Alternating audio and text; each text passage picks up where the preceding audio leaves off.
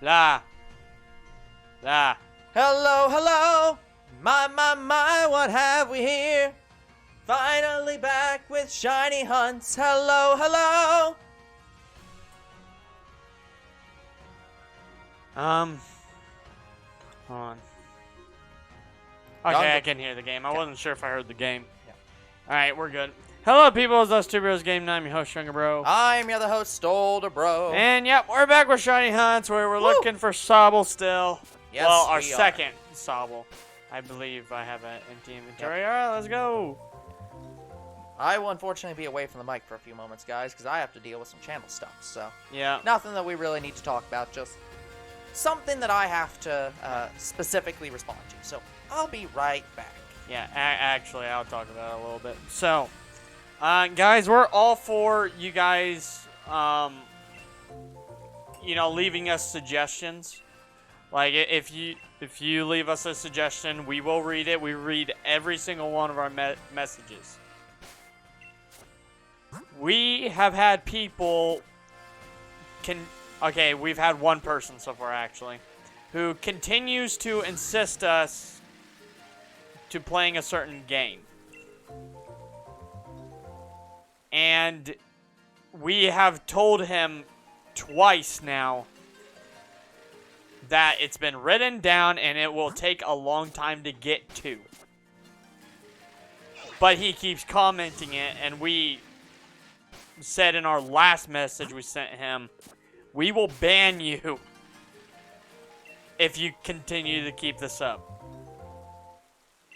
So we're dealing with that right now. So guys, when we tell you we have read your message, we have written down whatever suggestion you have made, we have done so. We are not ignoring you. But there will get to a point where we might. And we're pretty close with this guy. So anyway, what he's wanting us to play Blox Fruit on Roblox. And Roblox has just been uploaded to the channel. I want everybody to keep this in mind. Get it through to your heads. All mobile series are recorded ahead of time. Like, some of them have been recorded a year in advance. That's how backlogged mobile series are. When I tell you it's going to be a while before we can do anything, it will be a while.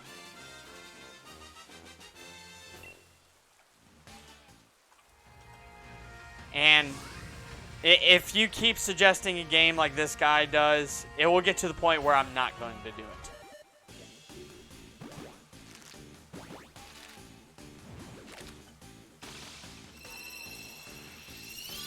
So, now I'm probably not.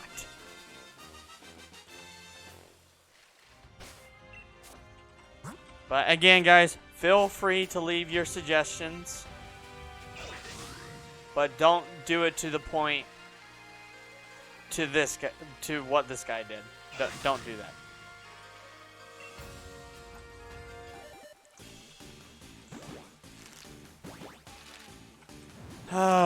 Anyway. Otherwise, yeah,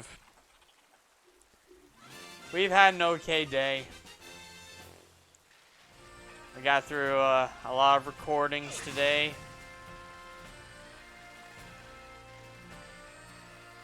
I had to deal with my mobile series. Otherwise, I've pretty much not had any time to myself today. Because I'm working on channel stuff.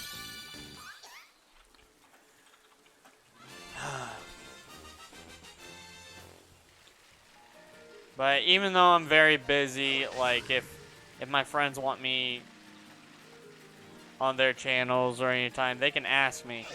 And we can plan ahead for when we can play a game. But they haven't asked me in a while. But yeah, I basically can't play games with them for... Well, okay. I can't schedule games with them for quite some times.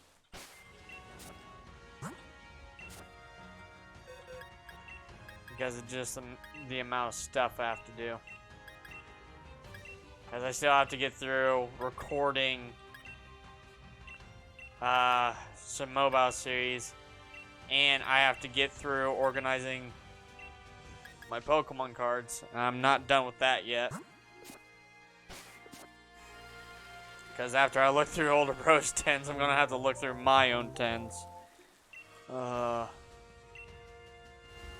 I'm probably going to sort my extra cards by set just to do that. I don't know. I still haven't figured out if I want to do that yet. But I want to at least look through my extra cards to see if I have anything I'd want to grade, maybe. So, I'm probably going to look through all my extra cards and do that.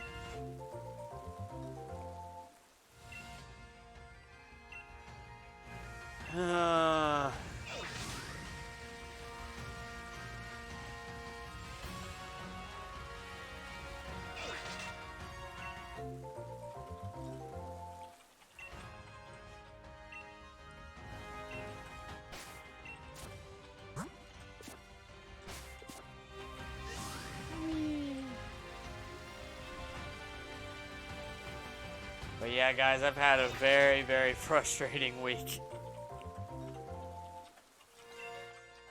Mainly due to Dragon Ball Dragon Ball Fusions.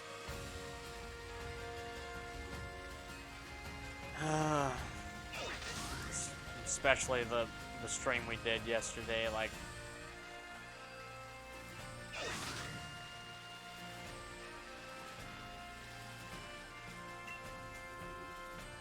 Yeah, I don't know if I still want to go after it after yesterday. I'm probably still going to, but it just sucks heavily.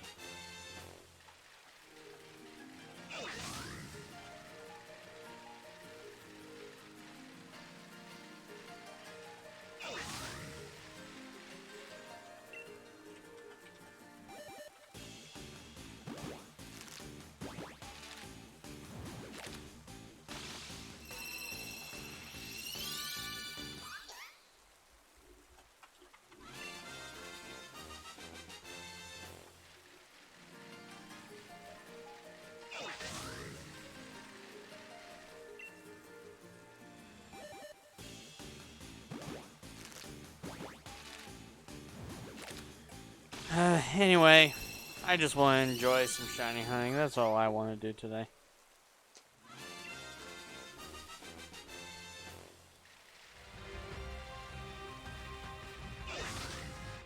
Did I get my last egg? Yeah, I did.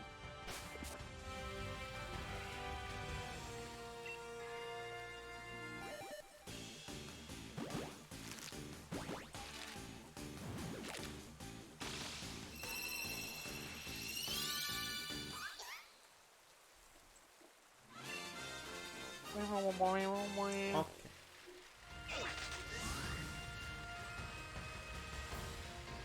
Comment has been sent out. No more warning. Was this his last warning, or was last comment his last warning? I can't remember. No, you didn't really you didn't really warn him in the last comment because I suggested just not doing so. But yeah, this was the one where I specifically was like, no, if you respond again, you will be blocked from posting more messages. So. Like, we don't mind him commenting, he just can't talk about blocks for, like... I specifically told him, hey, if we've already responded to you with saying that we've written it down, don't comment it again.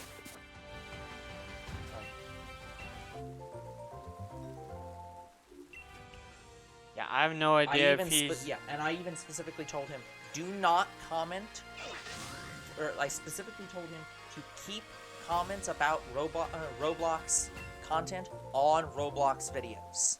It's like, please do not put these comments on other videos, because what that implies to us is that you don't give a shit about that game and are just getting on the video to complain that you're not getting more Roblox content.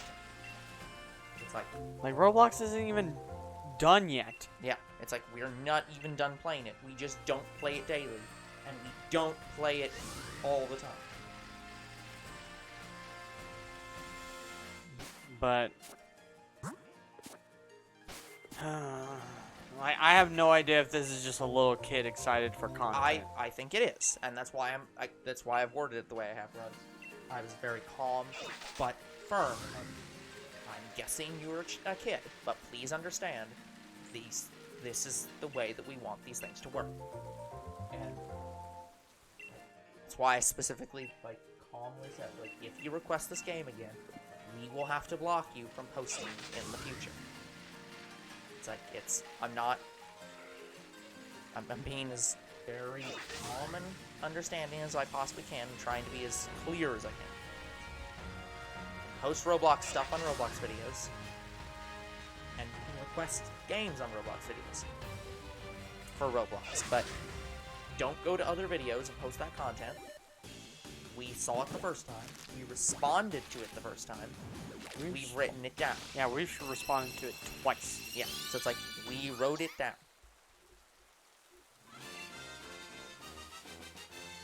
But yeah, guys, technically all of our series are recorded ahead of time. Yeah, but like...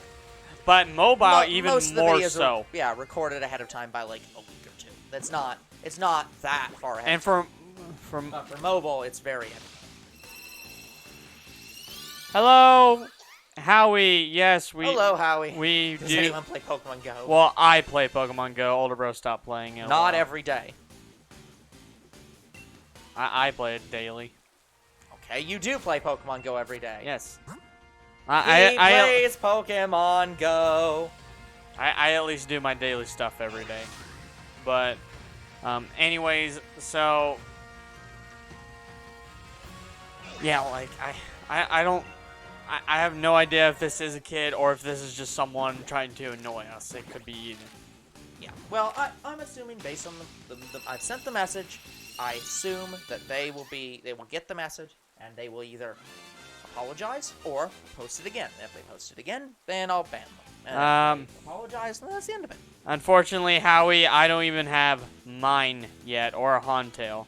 Like, I'm currently working on Clampuro, actually, but I don't have any extra.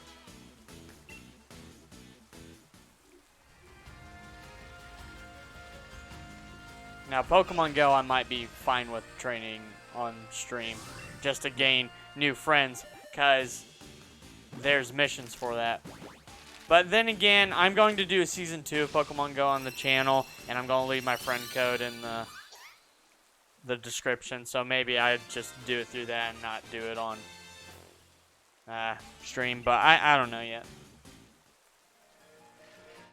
How many more eggs do I got? Was that? Nope. Okay.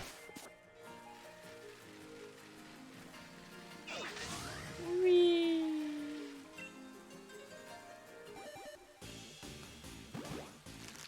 But yeah, even though I play Pokemon Go every day, I don't have everything. No.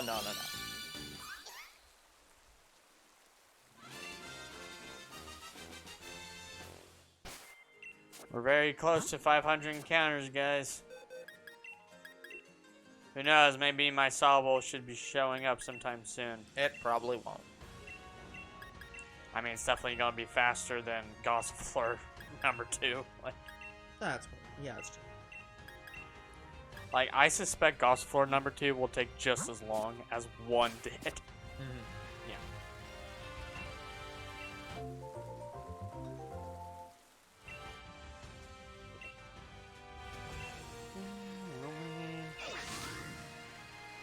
Oh, by the way, when I looked up the shiny locked Pokemon for Scarlet and Violet, the starter that you first get, like the one in the cutscene, was the one you received from the professor or whoever. Yeah. That starter still can't be shiny, even though you can egg hatch it and get it shiny. Like, I don't understand. Remember in Black and White when not only was that Pokemon able to be shiny, but the Pokemon in the fucking cutscene, they show off that the professor's just like, this is a Pokemon. But even that could be shiny. I'm pretty sure that happened in previous games of Black and White as it's well. like, what? It's like, I don't what's the point of that? I don't understand the point. What's the point of removing that? It's just a cool thing. Yeah, I don't understand the point in removing a shiny locked starter when you can still egg hunt them. Like, yeah, if it's not shiny locked in the game, why would you shiny lock it in that moment? It's like, but why though? yeah, you have to breed for it. Actually, it would be easier to breed for it than it would to be probably, yeah, but resetting the game. Because I tried really hard in Ultra Moon to reset for shiny Poplio. Never got it. And I probably tried for a week. It's not easy, but it's definitely a situation where it's like, why would you take that away? It's just a cool thing that somebody can just get and be like, oh wow, I got super lucky. Like it's like it's not like it does anything except give some random people a cool thing to talk about. Like what the fuck's the reason not to? Yeah, I don't get it.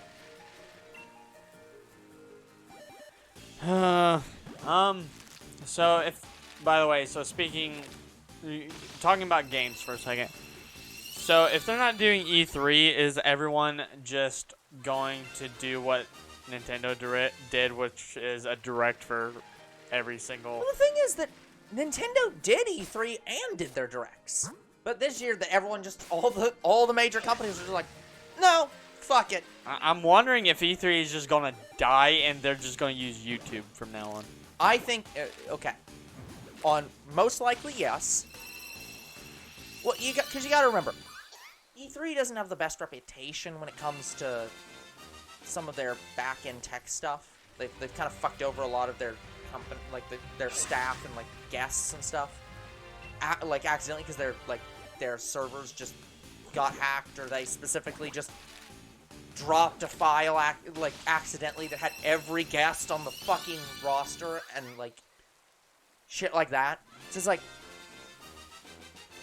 so on one hand, there's that. Two, a lot of those companies probably have to pay a good amount of money to go to E3 and have their events when you can just put it on YouTube and show the exact same videos with the same amount of stuff in-house.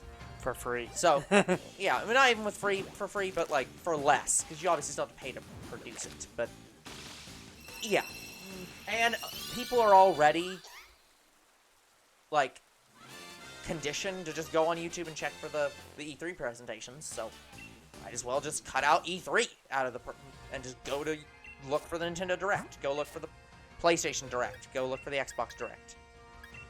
The other thing though is that this might not kill E3, but what it might start becoming is E3 is like the spot for all the non-major, the non-console companies. So like Square Enix might still do stuff there. Somebody like CD Projekt Red might still do stuff there. Ubisoft might do something there. Stuff like that. It might become like a more publisher-oriented, and maybe even a more indie-oriented thing, where it's like, they don't have Xbox and PlayStation and Nintendo, but they still have small and big companies, just that not the console manufacturers themselves. Yeah. So, it's possible they'll survive this, but if I had to bet, they're probably going to go out of business. Eventually. Yeah. Or what they might transition to being a digital space, where E3 might become like a YouTube channel, and then kind of like a YouTube channel, yeah, where it might be a situation permission to upload their shit on there. Maybe not even that, but it's like E3 might become like an announcement partner with all these companies and say like, hey, announce this. Yeah, we want to do the first announcement. We want priority release rights. We get it for 6 hours, and then 6 hours later you drop it on your channel. So they could do something like that. I could imagine. They could have their own website. I imagine. I mean, they probably already do, but like, yeah, it may become less of a physical space and more of a digital only space. I don't know. We'll see. I still don't know if I can. There are some games, you know, I have at least 1 or 2 games that I really want to play coming out that I want to stream day one, but I don't know if I can. Yeah.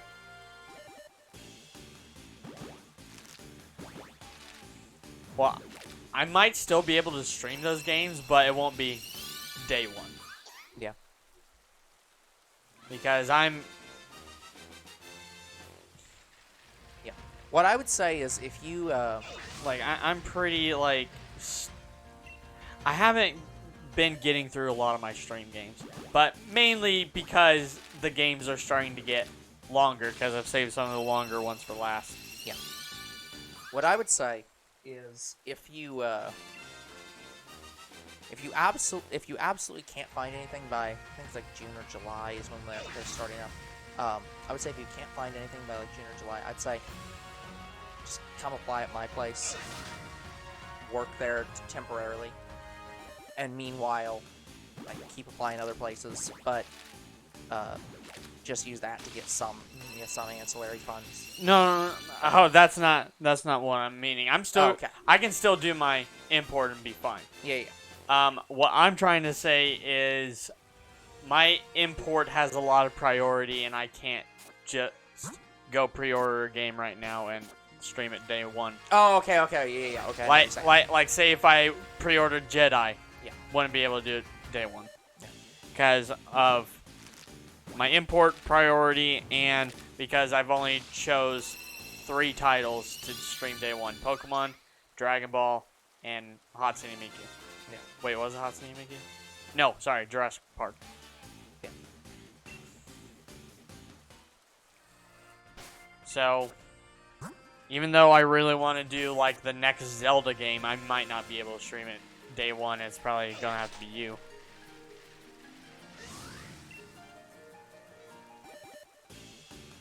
Yeah. Well, so we'll see. I will say I don't. One of the things that they didn't really.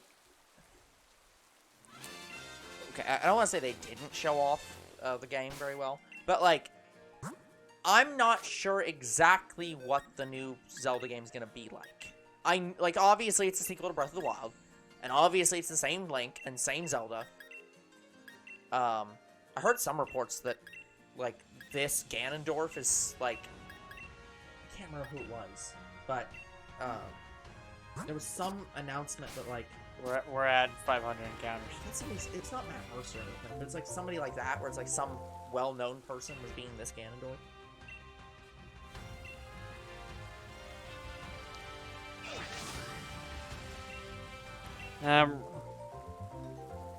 Anyway, regardless, I'm excited for it.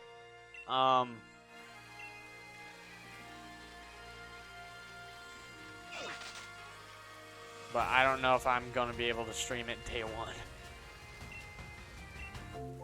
If I do play it, I'm going to have to put it way down on the schedule. Okay, Nintendo is not announced. Okay, I was right. So, Nintendo is not announcing who Ganondorf is, but people who know Matt Mercer, and know what he sounds like, are like, oh no, that is very much Matt Mercer. So, for anyone who does not know who that is, that would be the guy behind Critical Role, which is the main D&D second party company, I would argue. So like if you've heard anything about D&D's like second party companies, that's probably the one you've heard about. I'm saying second party as if like that's actually a term they use. It's not. I'm using it in like the gaming sense. Like it's a company that is very closely related to D&D specifically. But yeah, no one has announced who this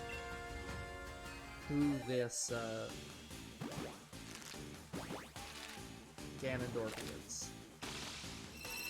But yeah, guys, I just want. Here's why I'm torn on doing stream games day one. I only get through about 4 or 5 streams a year. Yeah. Stream games, like series. And last year we only got through 4.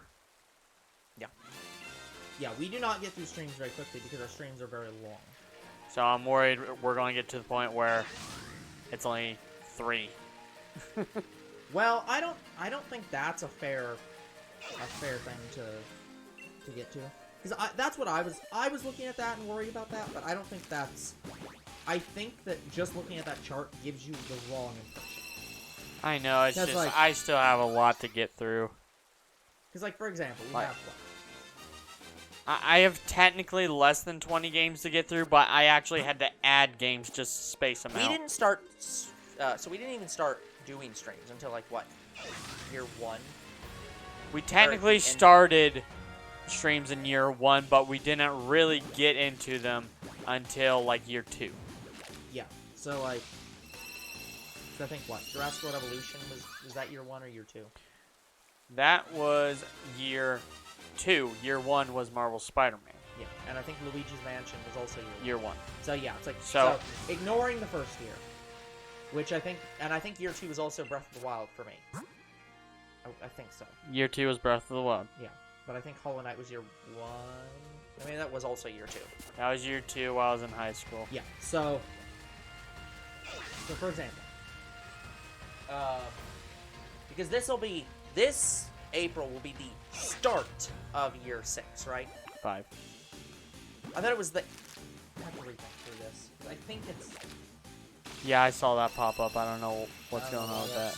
Loading up, but okay. But I need to look through my listing because I'm thinking it's the opposite, but I can't remember. Yeah, this is the start of year 5.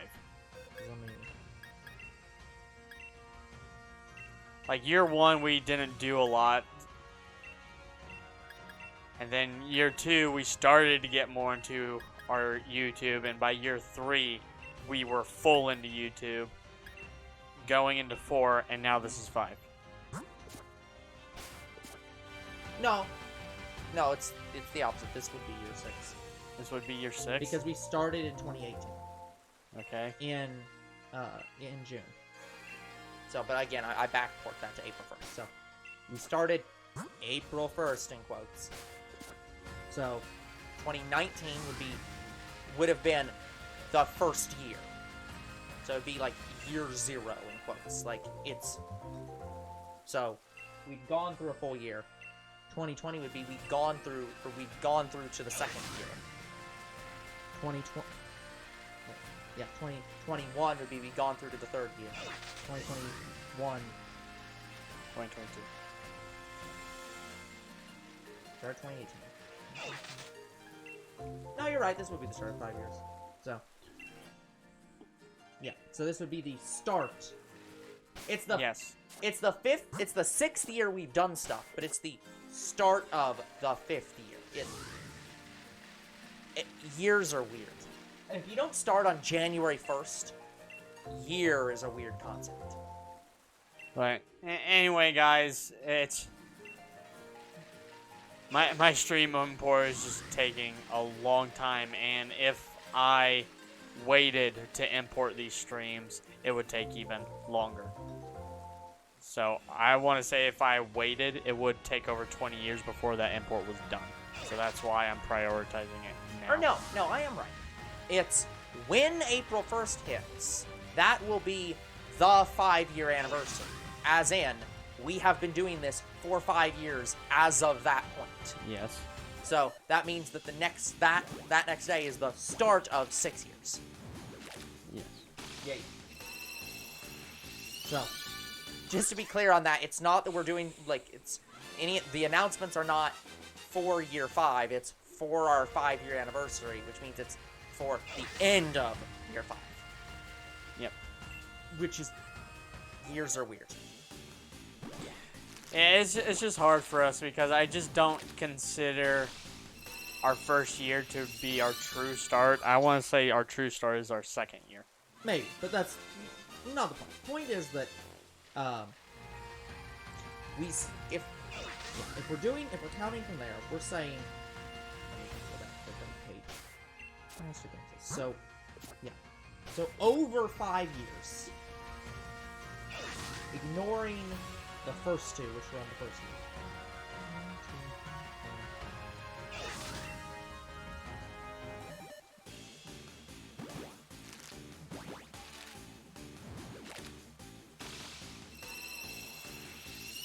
So, if I'm just counting what we've done now, not any series that we start before April 1st, over the course of the 5 years, we've done 28 series.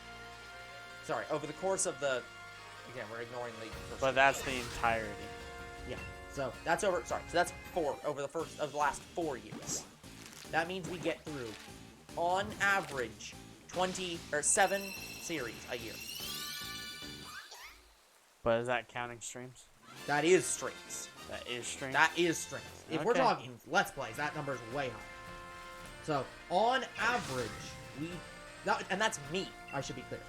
Or no, that's you. That is you. For me, it's a little bit lower.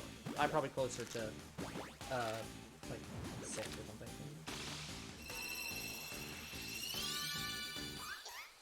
Anyway, guys, I will probably have shorter series than normal, depending on what happens in those series. Like, I know probably something's gonna happen with Burnout. Yeah, average is 5 for me. So, you're on a very slow year. And part of that is just because... We've had several long games. Arceus. Yeah, Arceus is very long. Jurassic World Evolution 2, and it's still not even done. Yeah. It probably has like another 10 and this streams. is only, again, this is only looking at the ones we finished, not the ones we're actively doing now. So, that's not including any of the games that we have doing now, like, that we're actually playing this moment. That we're streaming. So that's not including Dragon Ball. Dragon Ball, Fusions. 3 Houses, Scarlet and Violet. Yeah, 3 Houses. That's not including, Scarlet and Violet. That's just looking at the games we have finished. So, yeah, we had a very long year. Or a very short year, because we had several, like, interruptions and several things that were just very long. Because, like, Arceus was long. Evolution 2 was long. Fossil Fighters was pretty long. Yes, Fossil Fighters. Right now, Fusions is very long. So we're playing a lot of very long streams. And that might mean that we need to tweak how we handle streams. We might look at that and say, okay, we need to tweak how long streams start out at and how long streams upgrade to and stuff like that. I don't know. This will be a good time to look at it. The thing about streams is we can't really time increase them, and the only thing I thought about doing was by episode 40, like every 40 episodes, it would have a week dedicated to that series to try to get it done. Yeah, and I really don't want to do that anymore, because I don't think that's I think that was an idea, and it worked, but it's kind of alienating for people who don't want to see that series. The only other thing I thought about was if we get the 40 episodes, same thing, but we drop Shiny Hunting, and it has an extra day for either of our series. Like, say, if yours hits 40, then you get the Shiny Hunting day as the extra. Then, if I hit 40, that's same kind thing. of hard when we hit both series at 40, but... Then we'd alternate. Yeah, but anyways, I think we just need to look into... I think we just need to accept that there's going to be some series that we just have to, like... We just have to work with the time a little bit. Just like, we know the series is going to be X number of hours at minimum. We know that... the only other thing... We have to start it an hour and a half on episode 1. We have to start it at 2 hours at episode 1. Whatever we want to do. The only... There's two ways to dealing with this. Yeah. One, we just say fuck it, and every series going forward starts out in 2 hours. Yeah. I don't want to do that because that makes some streams very, very, very short. It could. Other thing, we start instead of our streams being an hour, we do an hour and a half. And then the time increase only caps at 2. And that's something that I might be more inclined to do. And we might have to like the third option is we rethink of when we start out at 2 hours. Like, immediately. Yeah. So, yeah, we'll We'll look into this for this year, guys. Yeah. I need to do some. So, I still need to do some work. But Yeah, so maybe if a game is over 50 hours, starts out at 2 hours. Yeah. So, let me. Or we can start out at an hour and a half and then work our way to 2 hours. Well, I just did a lot of work on. I just did a lot of work on Ranked Credits. So let me do some mathematical calculations for this.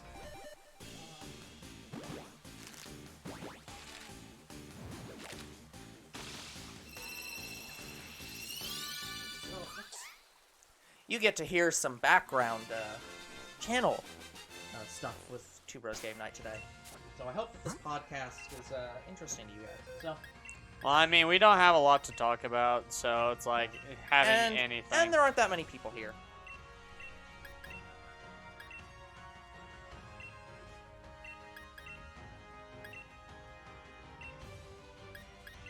But So. Sorry, I was just looking to see if one person was here, and they are, but... yeah, it's me. Oh, no. That Oh. number is not always correct. So. There's somebody here, but they're not saying anything, and I'm not gonna poke them. You just did. No, I didn't say who they are. Anyways, Well, if they're the only person here, they're the only person you're talking about. So here's the thing. That number doesn't count bots. Oh, So we always have like 5 bots watching the videos. okay. That number only counts verified accounts. I see. Gotcha. It actually might only count. It might not be that it doesn't count bots. It might only count people who signed up for Twitch. I can't remember. There's some reason why that number says 1, but if you click on this thing, it has like 8 people in there. But, So like those numbers are not consistent. but anyway. anyway, so let me think through something. So it's like, okay, Okay, so we have. I'll set this all into hours. So anything that's Right now, we have it anything pretty much over 50. No, actually, it's more. It's anything that's like 80 hours and above is an automatic like 2-hour stream. no. I'm doing a more general look here. So, first thing we have. So, we have 2.5 hours, 0 to 2.5 hours, which is a bite-sized game, right? Anything but in that frame of 0 to 2.5. Oh, you're trying to I'm determine. doing all. Okay. So 0 So- to 2.5, right? 0 to 2.5 hours is bite-sized game.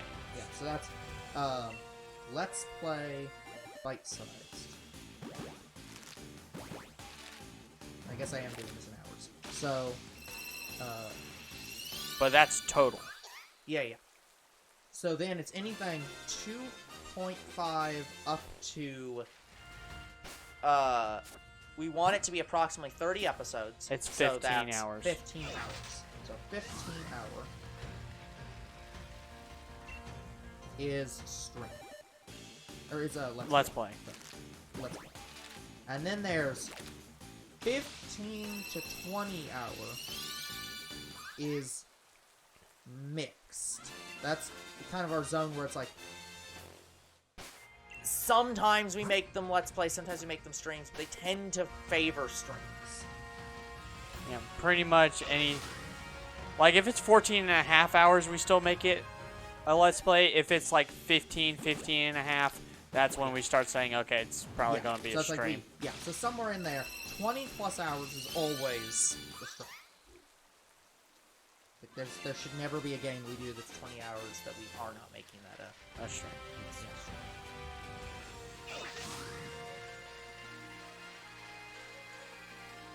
So now expanding that, we have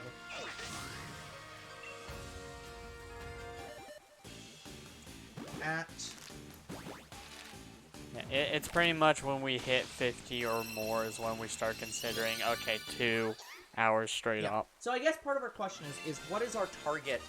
What is our target length of a series? So for example, for our bite-sized, it's less than 5 episodes, basically. Well, here's the Or thing. it's less Now, than or equal to 5 episodes. now we consider pretty much every series to be a season. Basically, say I did another DDLC mod and it went up to 50 episodes and we're still nowhere near done with it. We take a break from it. And then make it a season 2 and schedule it. Yep.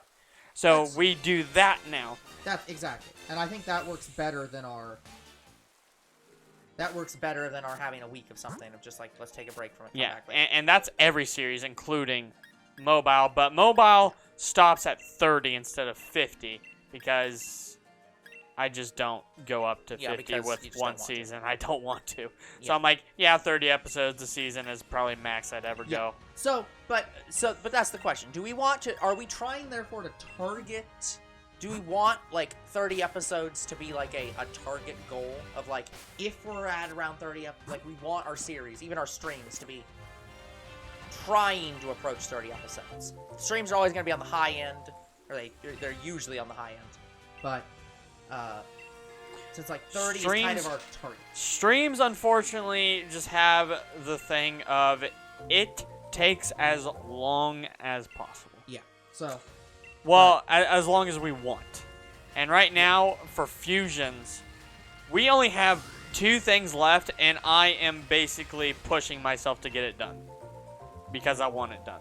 Yeah, so... It's like, if these are the last 2 things, I will push myself until it gets done. So...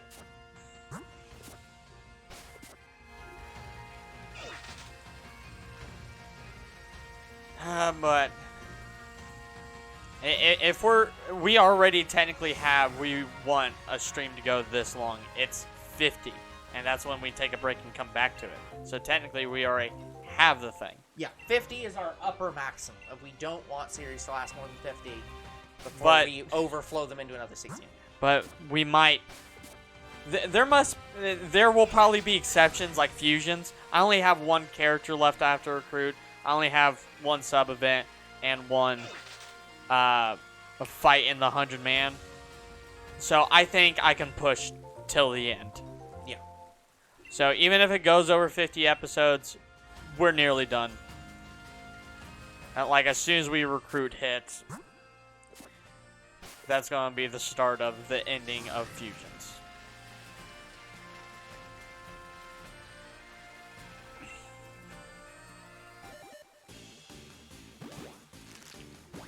But on a technicality, we want streams to at least be 50 episodes. Well, not at least, at most. At most. We're in a season. So. Yes, sorry. In a season for any series, we want at most to have 50. Mobile is 30 and 10. Because there are some series that don't need to be 30 episodes a season. I mean, I could do that, but the problem is my friends don't want to do that. Like, they want to move on to the next game quicker than me. Yeah. So I'd have to get everybody to agree to that, and I don't think I could.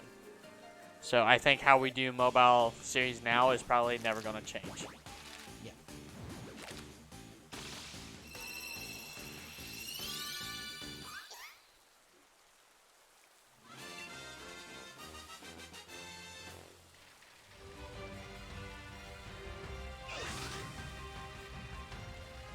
But yeah, guys, in terms of hours per video for mobile, it will never go over 2. Like, I treat mobile sort of like streams. Even though I could stream them, I just don't, and I'm technically banned from doing so. And I find it better to record because, say, if I get interrupted while playing a mobile game, I can just cut that out. Like, so I think how I handle mobile series is never going to change. Yeah. Yeah. Like, the only thing I might do is increase the time from 2 to maybe 2.5. But I don't feel the need to do that because there's not many series that require me to do that. Like, for mobile games, you can only do so much within that day. Yeah. Like, take MLP, for example. MLP, the town building game. You can do your daily stuff, collect all the coins, do whatever missions you can that day, if you can do any at all, and then that's it. You can't do anything more that day because you have to wait. So then that's going to be the end of the episode, whatever I get to. But I will still keep the series. Like, there are some series that I still will time. And for any kind of game where I can only do so much in one day, I don't usually time. There's some exceptions, like Jurassic World the game. Technically, I can play that for hours. And the only way I do that is to keep doing the battle arena. So, that series I will time. But, anyway.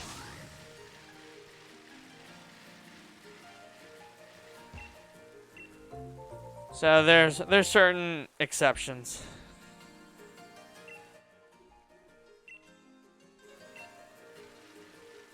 But anyway, I would say... Yeah, let's talk about our Let's Plays and our streams. I think having the rule where a series is now a season, technically, is probably going to be better for us. Yeah.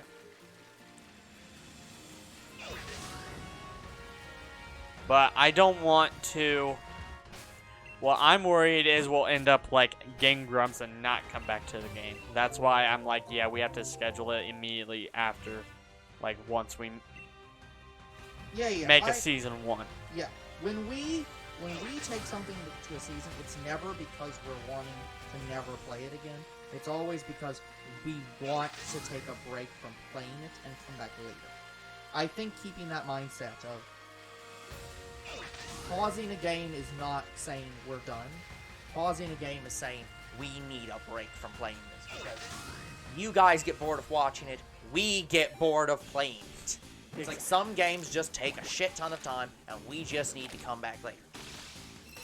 If we're and here's the thing, if we're still super excited about playing it and we think we can get through it, we'll keep playing it. But if it's that's a game where Dragon Ball Fusion. we're just slogging through and we're just at no, we just can't keep playing this. We need to take a break. Let's do that. And in the future, we might actually become a little bit less structured with this. right now, I'm writing a very big structure here. But we might decide down the road that we just say, hey, if we get to the point where we played this game, it's been like 5 episodes, and we're just having a shit time with it, we take a break from it. Even if it's nowhere near 50. It could be at 30, and we say, hey, we've spent the last 5 episodes doing jack all. We're not having fun with this game. We'd like to come back with something that you guys would enjoy more. We'll play this later.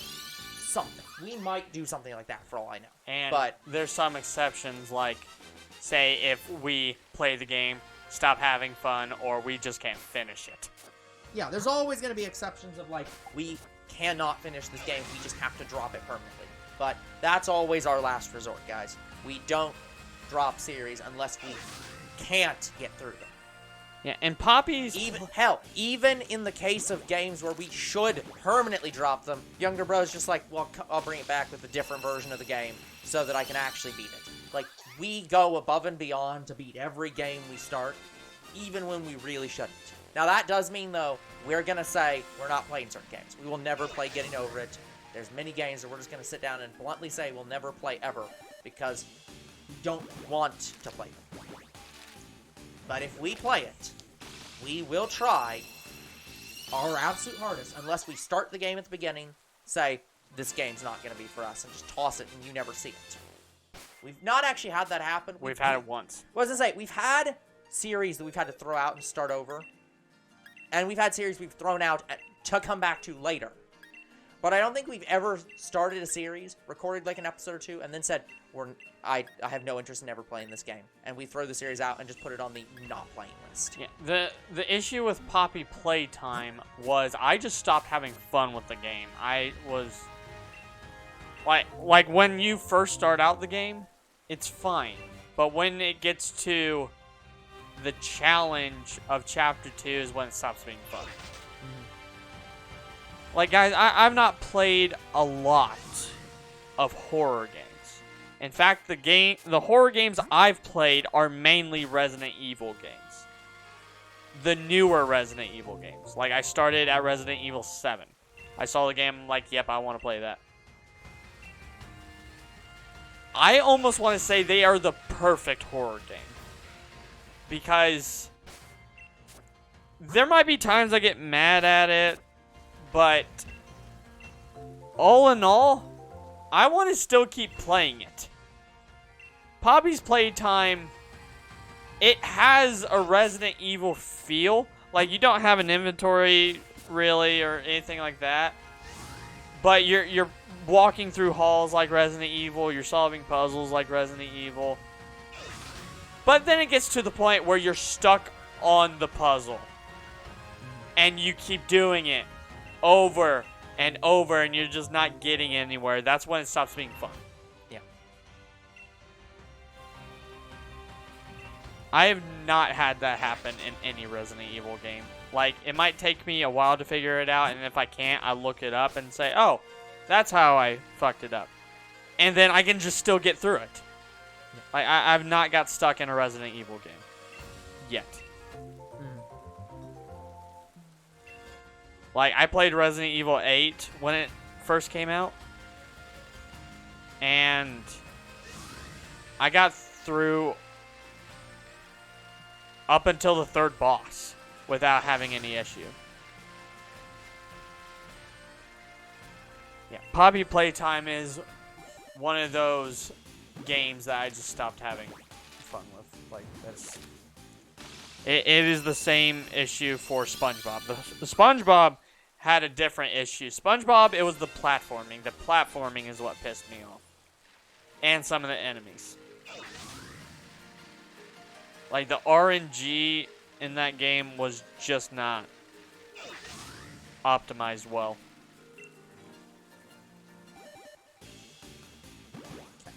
But I love SpongeBob games. They were, like, again, SpongeBob the movie was the same developers that made Bikini Bottom, Battle Bikini Bottom. And it played exactly like it. But it was just a worse game. And guys, I finally got to the end of Battle Bikini Bottom, and I can't even beat the final boss right now. And it's still due to fucking platform.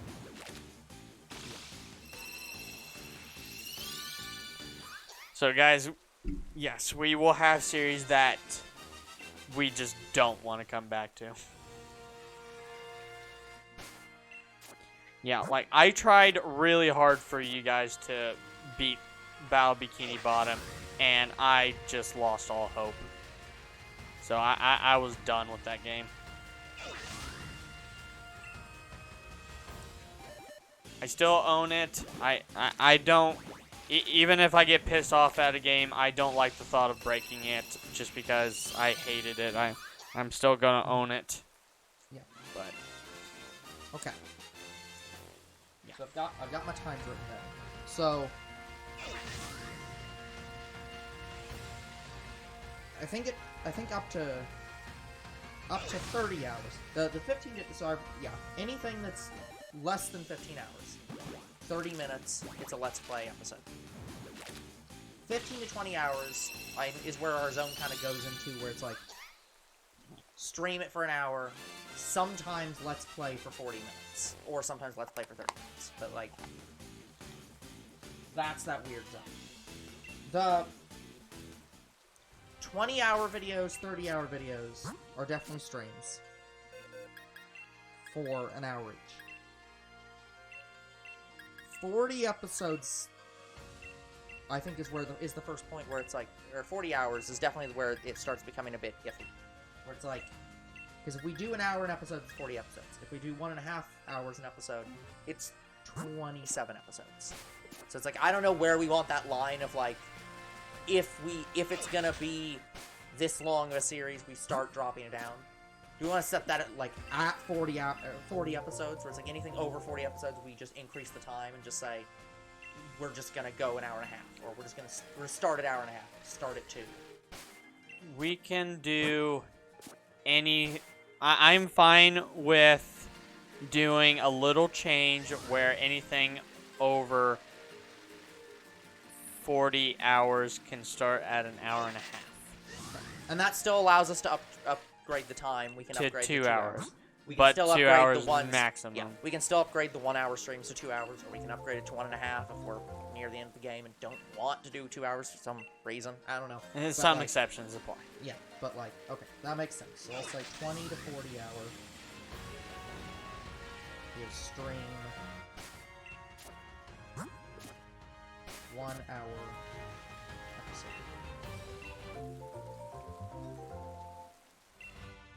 And then that would be 40 to... What's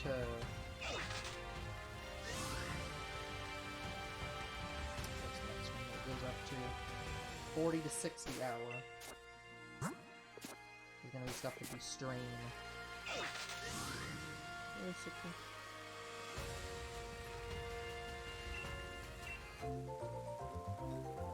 I'd say it would be 40 to 50 would be start out an hour and a half. Well, 60 at an hour and a half is exactly 40 episodes. Oh. So it's like right there. That would be like 40 to 60 hours of stuff that would be 1.5 hour an episode start. You could still upgrade that. It would still... So that'll last around... At 40, that would last around 27 to 40 episodes. Okay. And then anything over 60 hours just starts at 2 hours. And then anything over 100 plus hours just automatically 2+ seasons.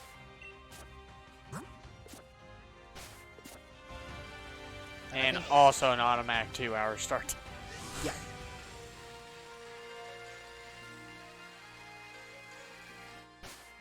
I would say 80 to 100 hours is our 2 hours start, like automatically. Yeah, it's like... Yeah, we got. So when that's do you 70. want automatic 2 Well, hours here's the start? thing. So at 60, 1.5 hours is 40 episodes, 2 hours is 30 episodes. So anything At 70. hours, 70-hour series would be 47 episodes at 1.5 hours, and 35 episodes at 2 hours. So I think our cutoff is a little bit... It can be a little bit vague, but I would say definitely anything 70 and above should always be 2 hours. And Then 60 to 70 is kind of that vague area where we can start at 1.5, we can start at 2, doesn't really matter. But same thing with like 40 to 50-ish, where it's like there's a little bit of a gray area. It's like we could start it at 1, start at 1.5. But anything at 50, at 60 is definitely 1.5 hours. Anything at 70 and above is definitely 2 hours. And there's that gray area in between. yeah, and then after that, anything Yeah. over would be still 2 hour start with probably multiple seasons. Yeah. Yep. So it makes sense. So, and I think we can start that. We can start working with that April 1st, or we can start that now, I guess. But there's no new series to start with at the current time. I would say this. For this kind of thing, we can start immediately once whatever series we are doing at that time gets finished. Yeah, we don't so really have when any current new series that are like. I mean, immediate. we're on the verge. But yeah, we're right there. So it's like So for you, we're right there for you. for me, For me, once you I end have to go Scarlet and through- Violet, you have to go back to 3 houses. yeah. So, and I don't remember where we ended. we're like a month or two away from being done. Yeah, but I'm saying I don't remember how many So- episodes we ended at. 37. Yeah, that's like, So we're getting there with 3 houses as well. Which means we already went up to 2 hours, I think. Or did we go up to 1 hour and a half? I don't remember. I think we just started 2 hours actually. Okay. But anyways, so after Dragon Ball Fusions is when we can probably start doing this new thing. yeah, and that doesn't change our 30 episodes Time goes up. and 50 episodes. Series gets put on hold. Yes. Yeah, so.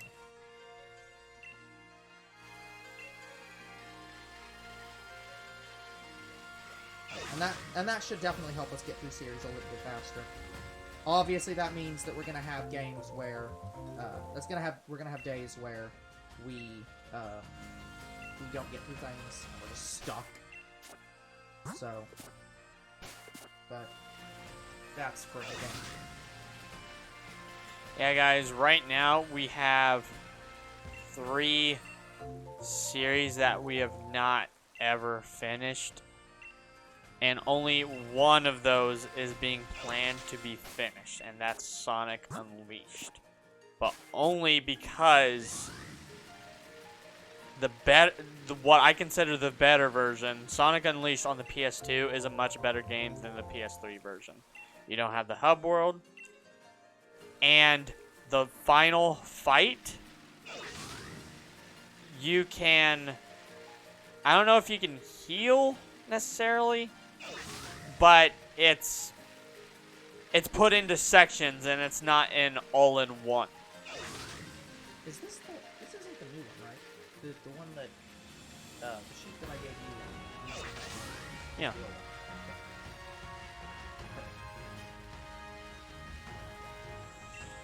Yeah, I don't know how close I am to finishing all the end credits. All I know is I'm page 11 going through all of our playlists. Yeah.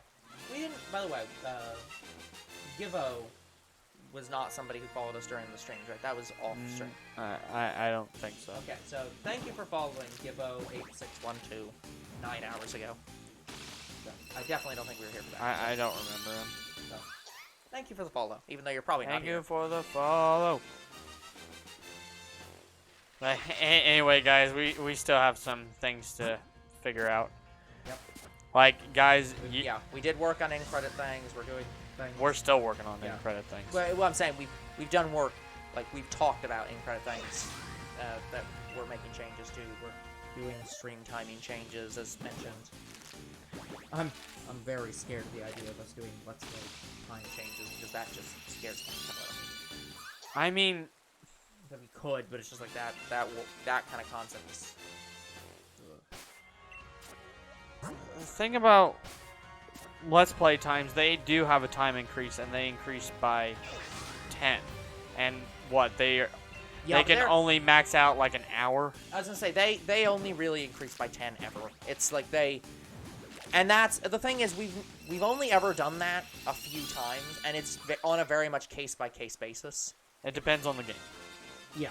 And I think those we've kind of handled the way we're handling this, where we've said this game's a little bit long, but it needs to be a Let's Play.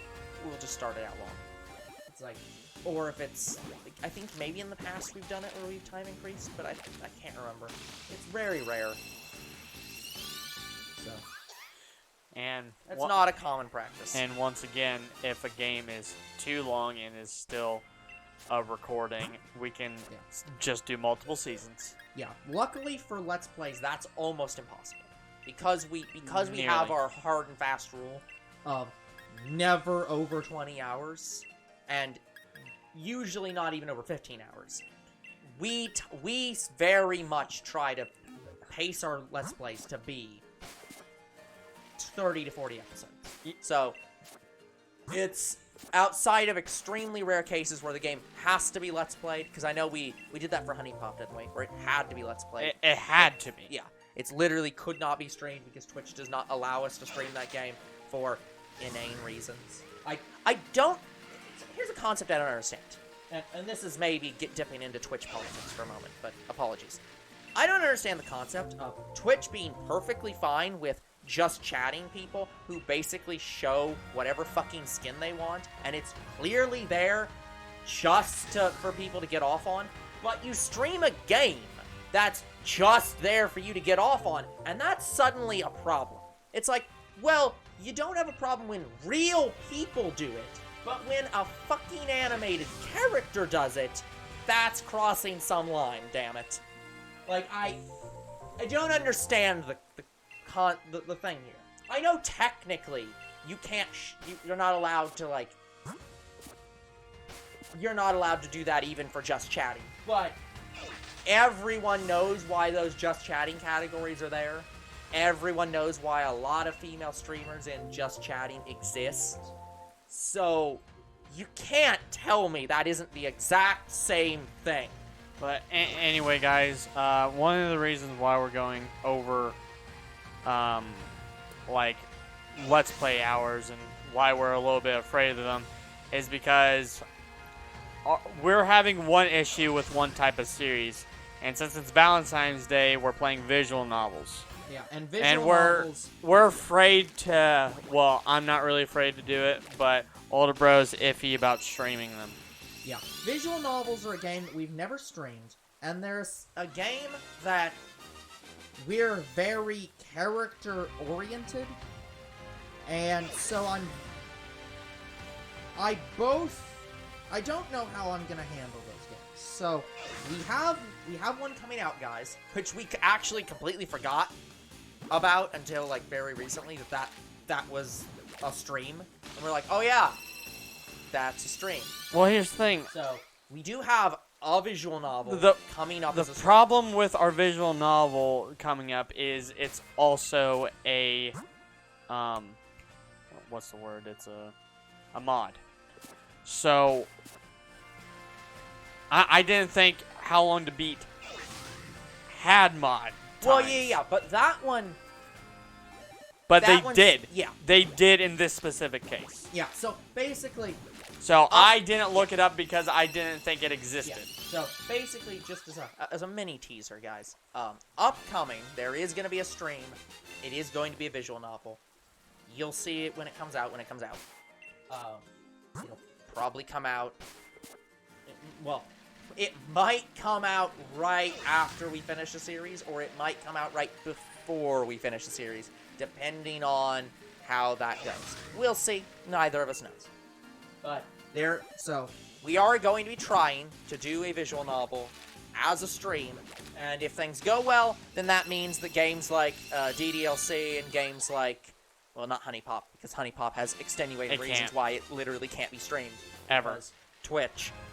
But other non-Honey Pop related visual novels might be moved to streams when they are longer.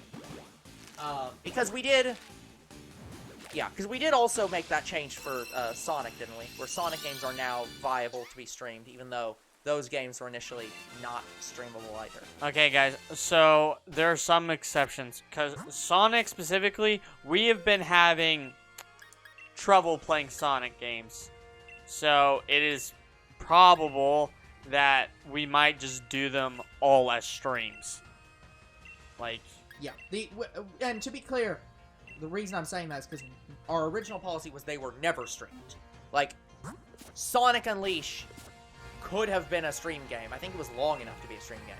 But we specifically did not stream it because it was a Sonic game, and we constantly have problems with Sonic games and being extremely pissed off at Sonic games. So we just didn't stream it. But, I mean, I have gotten very pissed off at some of the games we've played. Yeah, so that's it's like... not Sonic. Exactly. So it's a thing that we've kind of started pushing away from. We're trying to remove those exceptions in as many places as we can. So Sonic games probably will become streams when possible going forward, and we'll just say, fuck it. Because like, hey, we streamed Celeste. That's a game where if you just get stuck, you just get stuck, and that wasn't really a problem. I mean, well, initially we didn't do it as a stream, but that wasn't exactly for that reason. That was weird.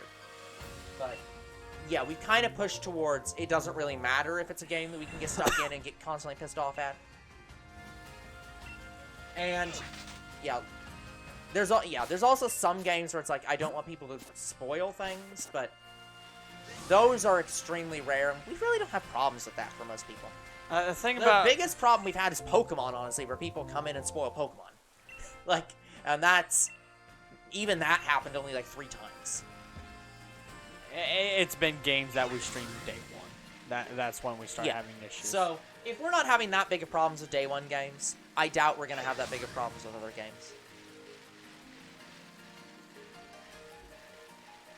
So, all that to say, guys, yeah, upcoming game will be a test.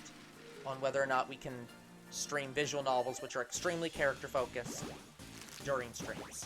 Because, like, obviously, my worries are both that whether or not we'll be able to stay in character and not just completely ignore the chat. Because, like, That's kind of our problem. That's one of the biggest problems I have with streaming them. Yeah, guys, we've considered. Like, I told Older Bro that he should just turn off the chat for visual novel games, and that could be a... Yeah, and I don't really want to do that, but it's like... I don't like the thought of that I'm going either, through but if I'm you're going worried through the about options. chat... It's like, that's the problem. It's like, those games are... That's one of the reasons why I'm so hesitant about doing them, because, like, DDLC was an extremely character-focused game, and we go off on very long tangents in those... Sometimes. So they take a shit ton of time. So, like, streaming something like that makes sense. It makes sense. It would even, honestly, it would even make sense to say almost all visual novels should just be streamed by default. Because even the ones that aren't 15 hours are going to end up being 15 hours by the time we've done having comedy with them. Yeah, but the issue with Lily of the Valley was not a lot of people played it. Yeah, that game And didn't have a lot when of I plays, looked at and- it, it was only 2 hours. Yeah. Oh, yeah. That's a fucking bullshit statement. Yeah, so the 'Cause- time for Lily of the Valley was technically wrong. Yeah, and that's nothing we can worry. We can't do something about that. It's just, if it's Yeah. wrong, it's wrong. Yeah, and we don't go know. by on the data we have. Yeah, we could go out and look at every single Let's Play and see if every single video is, like, voiced and how long they were. And it's like, But we don't do that. We that's just a pain in the ass. we just use one site and one We use site how only. long to beat, and 90% of the time it's correct. That's... I should do some metrics on whether or not that's correct. How accurate they are. Like, I could probably check their current times and check how long we did them for and see how off they are. Well, the problem with our games is we go until we consider we're done. Yeah, which may not be a category on how long to beat. Yeah, so we would be in the main plus extra category, Yeah, actually. that's how we always time ourselves. I always go by main plus extra, unless Yes. main plus extra does not exist, in which case I tend to go with completionist. Yeah. Because generally, if main plus extra doesn't exist, it's because the game is either you finish it or you complete it. Yeah, guys, it has to be a really, really fucking good game for me to 100% it on the channel. Or a game that is extremely easy to 100%, or impossible not to. Yeah, like, for instance, Madagascar, easiest 100% you could ever get. Like, or one of them. So, Yeah, but yeah, I will say that is my biggest hesitation with visual novels. It's just the fact that it's a character-driven game. We are gonna be in voices for an hour to an hour and a half, and we're weirdly going to be in character and breaking character all the time. But it's like I don't know how much chat's going to influence. Well, it. here's the thing. Like, it's not that we really go in character. We just have, like, set voices for certain types of characters, but but we're what I'm not saying- actually portraying ourselves as really the character. Well, I don't know if I'd agree with that, but like we're just reading them in a voice. But that's what I'm saying. When I'm saying in character, I'm referring to, like, when we're doing a visual novel, there's kind of 2 different things we're doing. Normally, in a Let's Play, we're in our in-character moments where we're reading the dialogue, and then our out-of-character moments are us making jokes. With streams, we almost have 3 different spots because we're in character mode, in joke mode, and responding to chat mode. So it's... And honestly, I think the chat can expand on it. Yeah, and they might. And so it's like, that's... So my hesitation is not... I'm hesitant, but I am willing to... Try. Yeah, I'm willing to try and see how it goes. And it may be a situation where right now it's fine, and later on it becomes a problem. And then we address it later. Or it may never become a problem. Or it may suck from the beginning, and we just say... Exceptions must be made. To me, the worst case scenario, if we do not do any more visual novels as streams, like at all, worst case scenario, visual novels, pretty much all of them that we know are going to be very long, start out at an hour. But, And at that point, they're just a stream, but... yeah, at that point, we're basically just streaming and turning the chat off. So it's like... And perhaps we do that. Maybe we just set it into subscriber-only mode and say, if you really want your comment read, pay us money. But, like... I don't. Yeah, we It's- haven't fully figured it out yet because we haven't started it yeah. yet. Exactly. So I also really don't want to do subscriber-only mode chats because I'm very concerned I'm just going to forget and leave it on. Because that's extremely easy to just forget you're in subscriber-only chat. Yeah, I kind of also don't like the thought of it, really. Like, Yeah. Well, I know. I watch I used to watch him a lot more, and I still watch him a little bit, but I haven't watched a lot of his longer videos recently. There's a guy I know who does he does Link to the Past modded. yes. And- I know who you're talking about. Yes. Yeah. But he does videos, and he'll do tournaments on his channel, like where he'll be participating in one of the tournaments that are being hosted for Link to the Past. So he'll stream it, both like to prove that he's not cheating, obviously, but also he puts the chat in like no comment mode, where he actually puts it in subscriber only mode, but he literally says like, "Hey, you cannot chat in here," and then sometimes people have literally chatted in there as subscribers anyways. And it's just like, oops, sorry. it's very funny when somebody, like, messages as a moderator forgetting that, or a subscriber forgetting that they can do that and aren't supposed to. So it's... But at that point, just turn off the chat. Like, Yeah, but, and anyway. I think he's done that before, where he's just completely disabled the chat. Sometimes what he does is he'll, I think he's delayed the chat, where he's like, chat is delayed by 30 minutes. Or even an hour, where it's people can still comment, but their post doesn't show up on his end for an hour. So like, yeah. that way they still give commentary, but he can't see it until the bottom. But yeah, guys, I'm a person who talks a lot, so I just don't like the thought of people not being able to chat with us in our streams. Yeah. Like, because some of the people come because they want to chat with us. Yeah, exactly. And that's something And not I don't having want to, that is... That's something that's one of the things I don't want to really go away. So it's like, it's given the option of do we make a series Let's Play only and just make it 40 minutes an episode perpetually and just damn the consequences, or disable chat on a certain stream so that we can actually stream it. It's like, we probably should just make it 40 minutes an episode and just damn the consequences. It's like, if you have to disable the chat, it's like, unless you have to stream it because you have to prove you're not cheating in a speed run or something. Like, if you're disabling the chat, what's the point of streaming? Like, I get that sometimes, like, this is one of the things where it's like,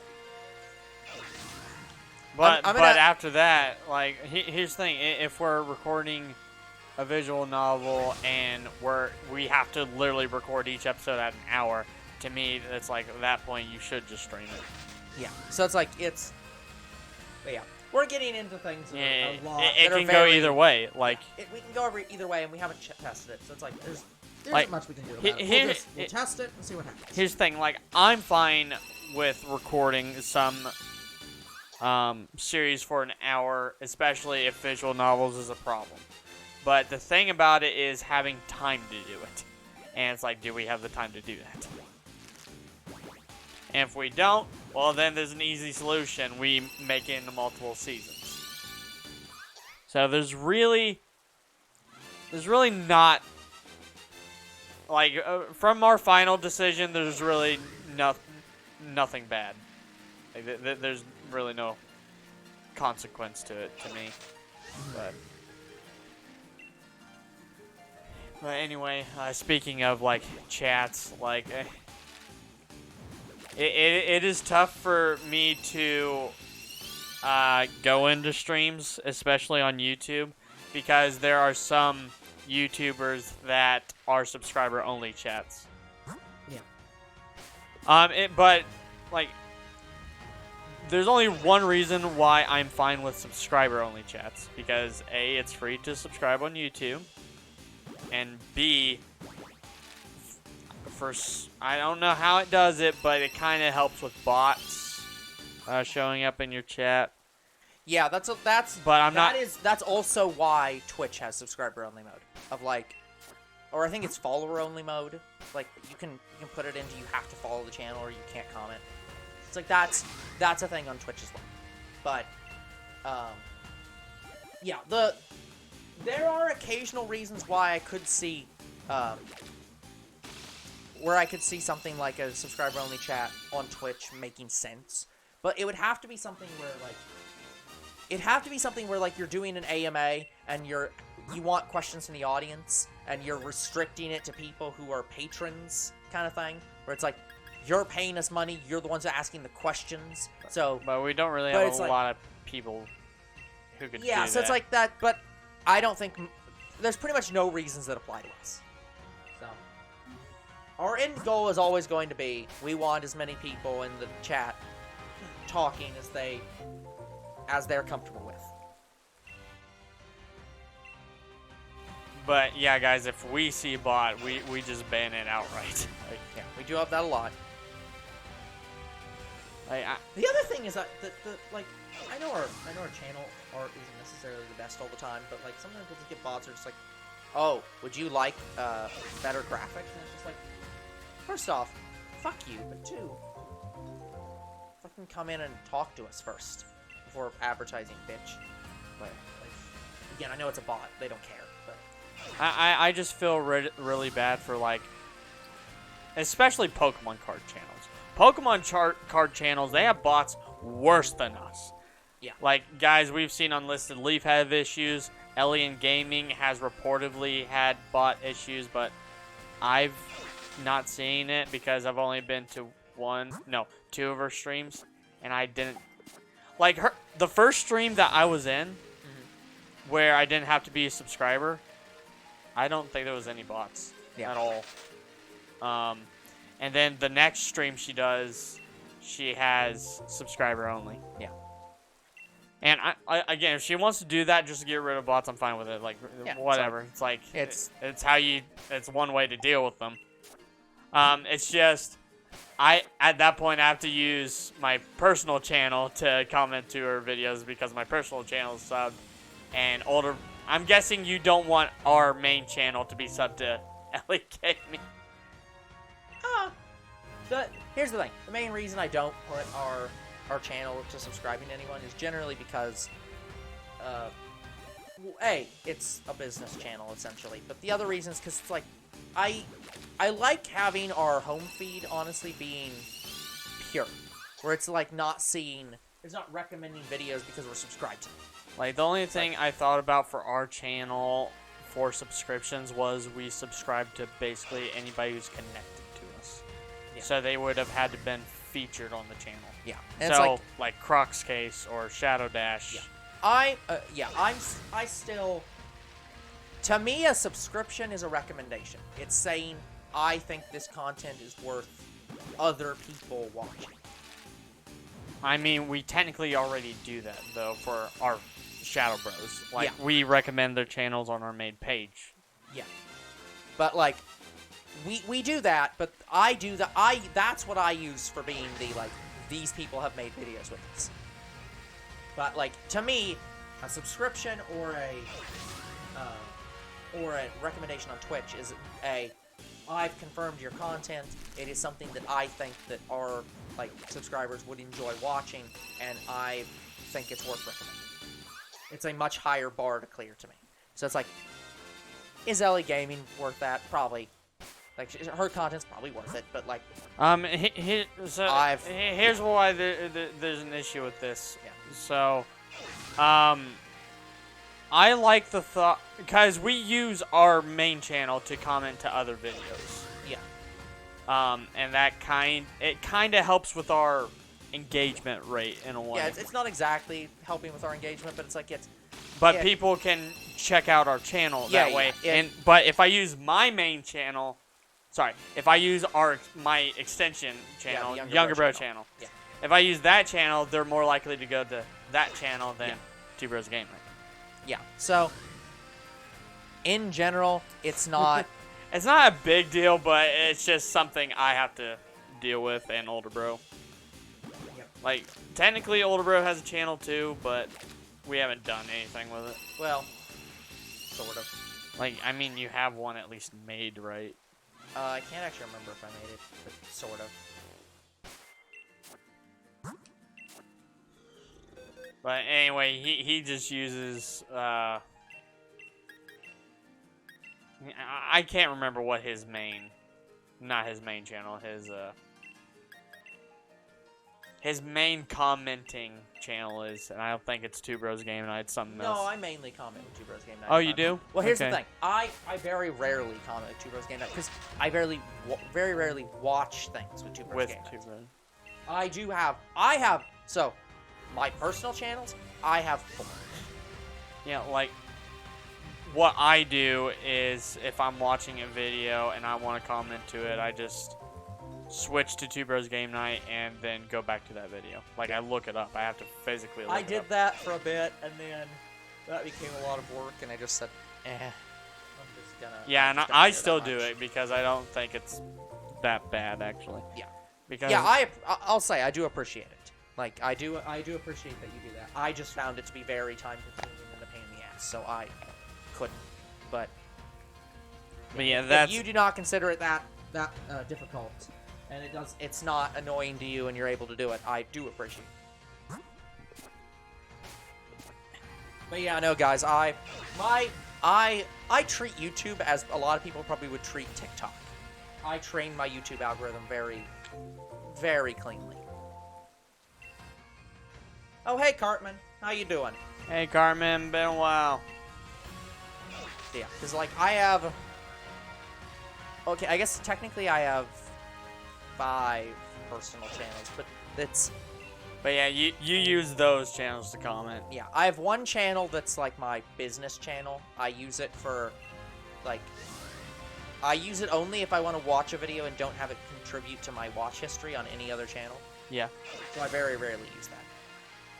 I have my personal channel that's like the one that I actually watch most videos with. I have a gaming channel where I watch gaming related videos. I have a music channel where I watch music related videos, and I have a history channel where I watch history related videos. Yeah, yeah, Older Bro has more channels than me. I keep it nice and simple. I have Two Bros Game Night, Younger Bro, and I have my original channel technically. Yeah. But I basically don't use it anymore. Yeah. I also have a channel that's like my original one that I don't use anymore, and I'm probably gonna end up deleting. The other reason why I'm not deleting it is because it's deleting that deletes my personal email if I completely deleted it. So then, no, it doesn't work that way. It doesn't. well, work in I'm reverse. just saying, like, my personal email has the Crimson Ghost things tied to it. But the way YouTube works is they've, especially modern like YouTube. I can delete the channel, but I would have to do some weird stuff with my Gmail after that. Like, Yeah, the way YouTube works now is that your YouTube channel and your Gmail account are 2 different things. So, like, if you delete your YouTube channel, like, I have this on a couple of my personal channels. They don't actually have a channel related to them. They have, like, it's one email, and it's one YouTube account, but it doesn't actually have a channel. The way it works is like, oh, you've created this channel, but you didn't... It's really weird, and I don't understand how to explain it. It's like, I have a channel, it has a name, but the channel doesn't exist. So, like, I can't comment on any videos to anything I watch because I literally have to create a channel, whatever that means. I literally have it, It exists. I have videos I've watched on it. It has watch history. But, like, I can't comment to it. It's really strange. But yeah, So, if you delete it, it technically doesn't even delete your YouTube account. It, like, deletes the channel associated with your YouTube account. But And then- anyway, the true main reason I didn't delete my Crimson channel is so people can find me. That's the only reason. That's fine. How dare you keep something for posterity's sake and because it's memorable? There's only one channel I wanted to delete, and that's my original channel, my personal channel, which has personal things on it. Yeah, Guys, that I didn't even happen. found that channel, flagged it myself, and said this contained my identity. I would like these videos to be deleted. And they're like, well, you couldn't confirm that you were you. Sign into the Google. It's like, I can't. I lost that information. It is an 8-year-old channel. I don't have the login information, which is why I'm reporting it, because it's a channel that contains my underage identity. And you legally have to flag those videos as, like, containing, underaged, like, Yeah, I content. did that. So it's like, no, what I'm saying is that that's something that YouTube legally has to do.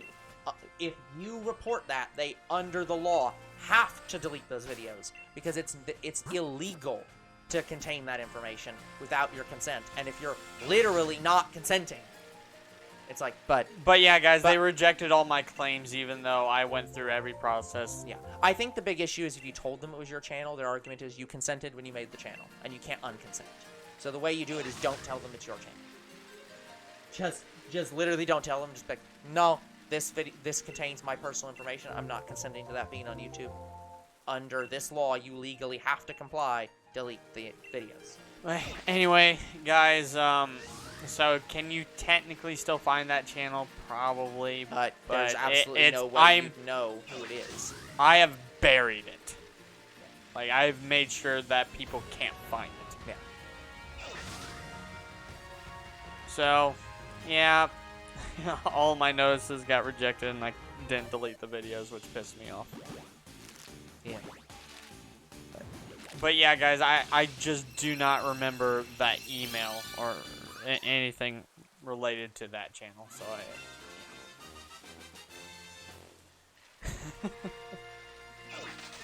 oh boy.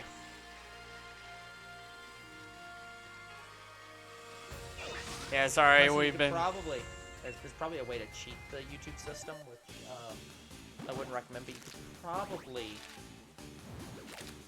use a random channel, like create a random Gmail and a random channel, and then copyright claim your videos for, like, if you have any background audio or any video in it that, like, is copyrightable by anyone.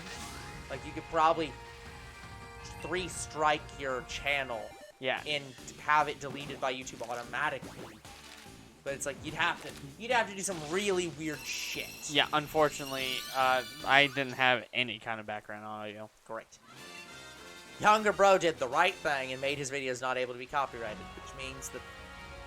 Oh, when I was younger, and honestly, this was part of the Crimson channel too, I didn't really care about copyright. Yeah. Because I didn't want to deal with any of the bullshit. Yeah. When I started to care was when they started to be taken down. And that's when I'm like, okay, I'll just replace the music. And then I'd replace it, or I would just get rid of it, and I just didn't want to, like, take the video down and re-upload it. Yeah. Meanwhile, as I said, there's a guy that I know who does games where he'll get claimed and he'll just literally delete the video, re-upload the video, because he'll do it, like, several weeks in advance. He'll just, like, put the video on the channel,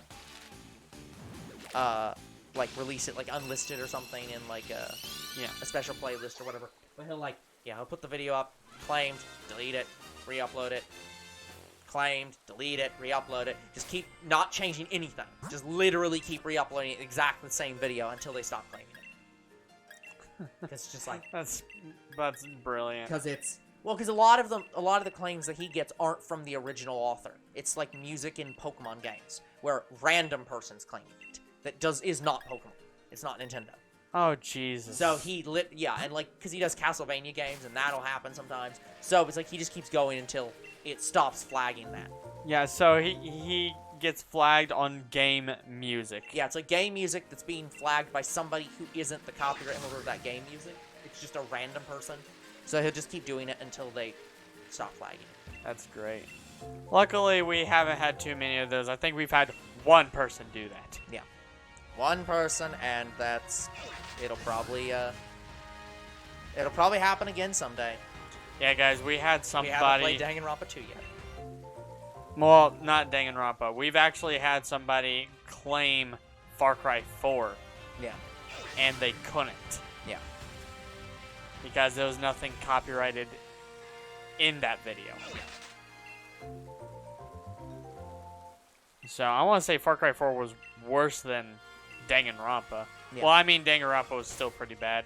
It still is now. Yep, and we still have to go back and play 2 and 3, which means that's going to be a pain in the fucking ass again. The problem with Danganronpa 2, guys, was the murder cutscenes were being claimed. The problem is that Danganronpa 2 has an anime, and the anime uses those same cutscenes. Well, Danganronpa 1 also has an anime. That's what I'm saying. But like Danganronpa the has an franchise anime. Has Yes. an anime. Those cutscenes are in the anime, and so they can be claimed by the anime, and it can be claimed by the Italian or Japanese or whatever dubs of the anime. Yeah, and one of those guys was actually pretty nice about it. Yeah, where I just sent by the end I just started talking to him as if I'd known him for several years. 'Cause it's just like, yep, I see. Like, here we are again. And it's like still not copyrighted. It's still not infringing your content, and he either removed them immediately or just left them time out. But yeah, we loved that guy. Yeah, but just like, yeah, don't be an asshole.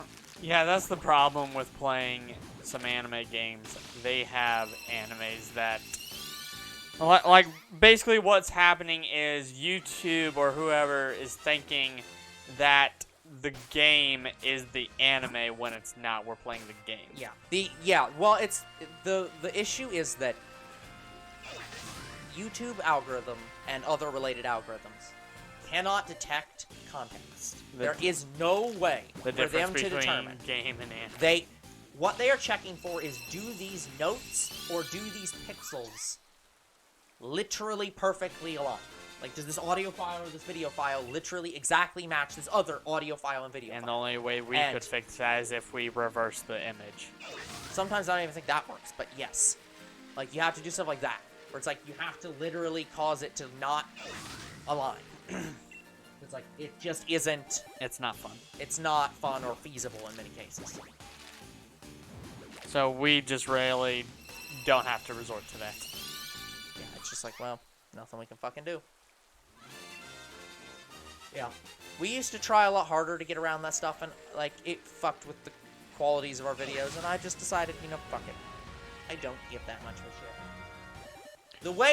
Here's the thing. The way most YouTubers get around this is by having a Patreon. It's help pay us to stop giving a shit if copyright holders try to claim our videos. But that still doesn't fix the problem where some of our videos are partially, viewable in some countries. Yep. And that's just going to be a fundamental problem because copyright is fundamentally broken. Yeah, guys, we were scared when we played Michael Jackson Experience because I was kind of only barred from only doing Hatsune Miku, and Michael Jackson Experience was a test. And I think it worked out pretty well. Well, sort of. Well, the videos weren't taken down. Yeah. But... And they're still viewable. Yeah. I don't think they're even partially blocked either. No. But it's just the problems with those kind of games. They include the songs from the singer.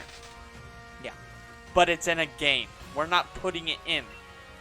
Yeah, it's a context where it's like that's the fundamental problem, is that algorithms... You knew this game contained copyrighted content. You still uploaded it to YouTube. You knew the game contained copyrighted content. It's like, yes.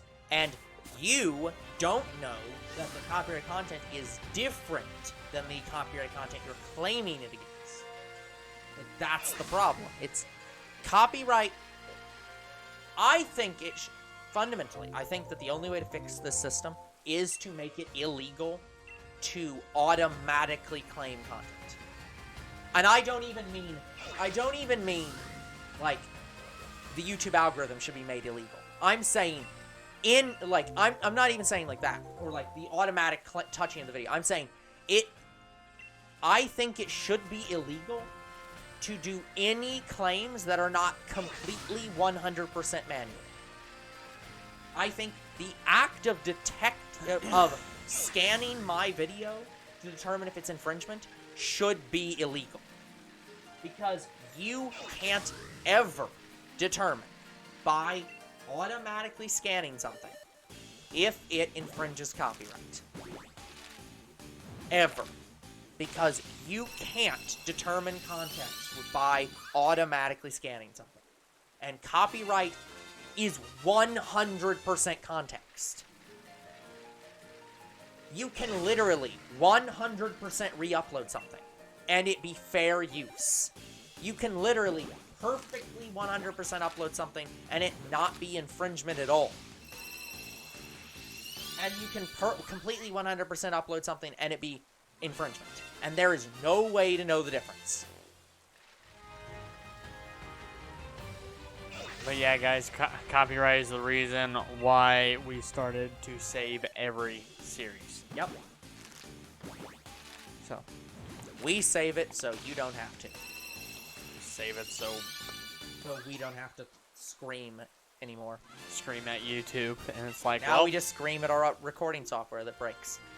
Yeah, guys, what really got us into it was our anime reviews. Our anime reviews, they are basically a director's commentary. It doesn't contain anything from the anime. Yep. You're just supposed to watch that video along with us with the anime. Yep. So we have backed up. We backed up all of our content. And Dragon Maid got taken down, and we had to redo those episodes. Yep. Which, you know, wasn't a big deal, but at the same Wasn't a time, big it's like, deal. It pissed us off. Yeah. Because it's like, there's Pissed us off when it's just like, you can literally look at this video and see that it does not contain copyrighted video or audio. It's a black fucking screen with a timer on it. I don't think they watched the video, guys. Like, they took one look at it. I don't think YouTube watched the video. Like, I don't, like, because even when I counterclaimed with YouTube, I don't think they fucking looked at the video. It's like, it is very obvious. This is not even not infringement. It doesn't even contain the fucking content they're claiming. Yeah, that's So when it's it's like, no, that's not okay. And so we said, fuck you, YouTube. We redid the episodes and re-uploaded them. Yep. Same exact video. Well, it wasn't the same exact video, but No, we had to to completely nowadays, redo it. if YouTube tries to pull that shit, it's like, fine, take the video down and re-upload exactly the same video again. Yeah. Fuck you. Luckily, we haven't had an issue since. Yeah. But I have a feeling, or we had a feeling it could come up again, and that's when we started saving all of our videos. Yep. Don't you just love YouTube shit? No. Yeah. I've said and will continue to say, the day Twitch decides to compete directly with YouTube and put YouTube out of business, I will never upload to YouTube again. Not a minute. Like, fuck YouTube. I don't give a shit. I will burn YouTube's bridge to the fucking ground. And that would set our channel back. That would mean that we would like lose a lot of subscribers who wouldn't transfer over to Twitch. But the moment Twitch decides that they want to also save every video and also be a YouTube, like a video hub, yeah, I would absolutely burn that fucking bridge. It is a terrible, terrible bridge. And there's a lot of gaming companies that would do so. Because here's the thing. It doesn't even matter. Like, here's the big thing. Twitch does not have the same problems YouTube does. At the core level. They still have copyright. They still claim your videos. But even they admit that almost 0 videos are claimed for in-game music, ever.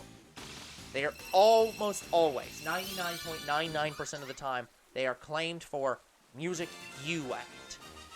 Or it's videos of like you recording Fortnite, or you recording, by Fortnite I mean concerts in Fortnite, or stuff that's not part of the game. Here's the one problem Fortnite had. So every year, I almost want to say every year, every time they have a major update, well, when they first had it, a major update, they did a concert to show the next map. Basically, they redid the entire map. Yeah. And they did a concert for it. At that point, that was in-game. Like, literally, people... I'm not sure about this. People couldn't play the Battle Royale because of it. Like, when you played the Battle Royale, it would take you to there. So when people uploaded it and recorded it, they didn't think they'd get copyright claims so bad. And nowadays, Fortnite has to be like, this will contain, like, copyright content. Record at your own risk or yada yada. Yeah, because their community got pissed off at them. And rightly so, I'd say. Because do they still have it, like, where when they're doing these events, the game is literally unplayable and it still redirects you automatically? I don't know. 'Cause I know Fortnite wanted to. Wasn't Fortnite trying to be like a like online like hub where like basically you log in Fortnite? Well, what I'm saying is, not exactly describing this well. I'm saying like when you play a game, when you go and play Pokemon Sword and Shield, you boot up the game, it takes you to Pokemon Sword and Shield.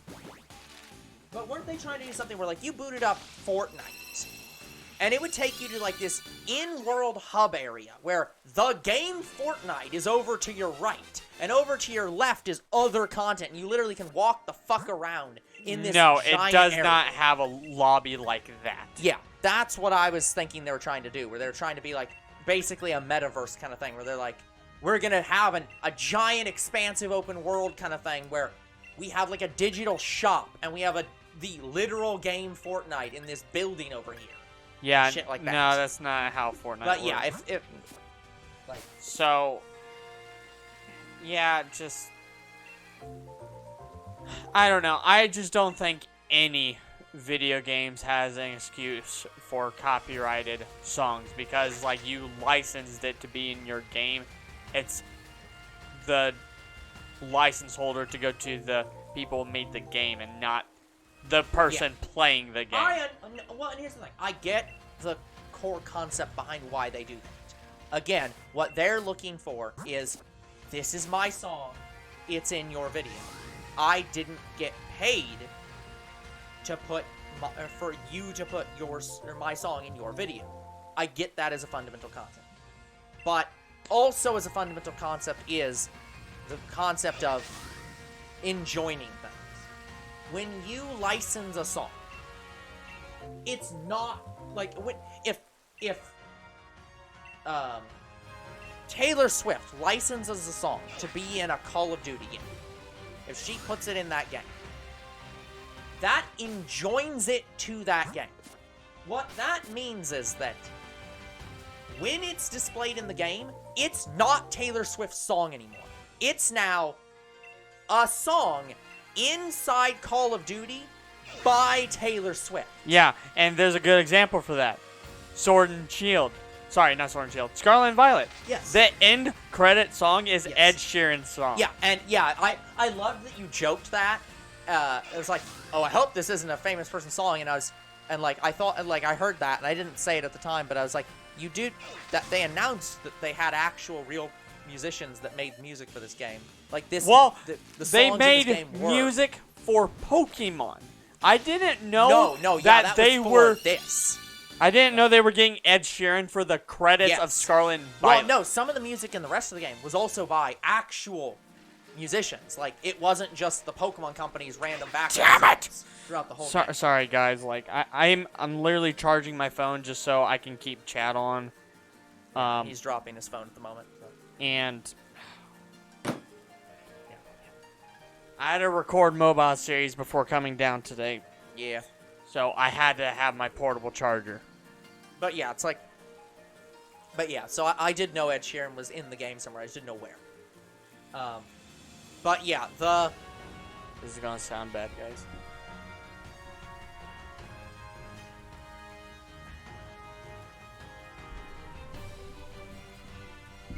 Okay. But yeah, so... But it's the same thing with Hatsune Miku. Hatsune Miku is an even more clear case, where it's like, Hatsune Miku was made by, like, Sega and Krypton Future. Well, Sega specifically, but, like... Hello, Croc. But, Hey, like, Croc. Krypton Future Media, the company that licenses all the Hatsune Miku music, they're the company that, when you make a Hatsune Miku song in their software, you can license it to them to handle all the copyrights and stuff for you. But here's the thing about Hatsune Miku, guys, that we didn't know until very recently, like last year. They have some of the best terms of service ever. Yeah, their terms of service is basically if you make a video of it, you're the copyright holder of your video. And including all music, all video, all everything. And that's why we deal with copyright content from Hatsune And you Miku, sing because Ed we love Sheeran's them. Song Celestia. I don't think I know that song, Croc, so I don't think I can sing it because I don't know what it is. I've not heard it either.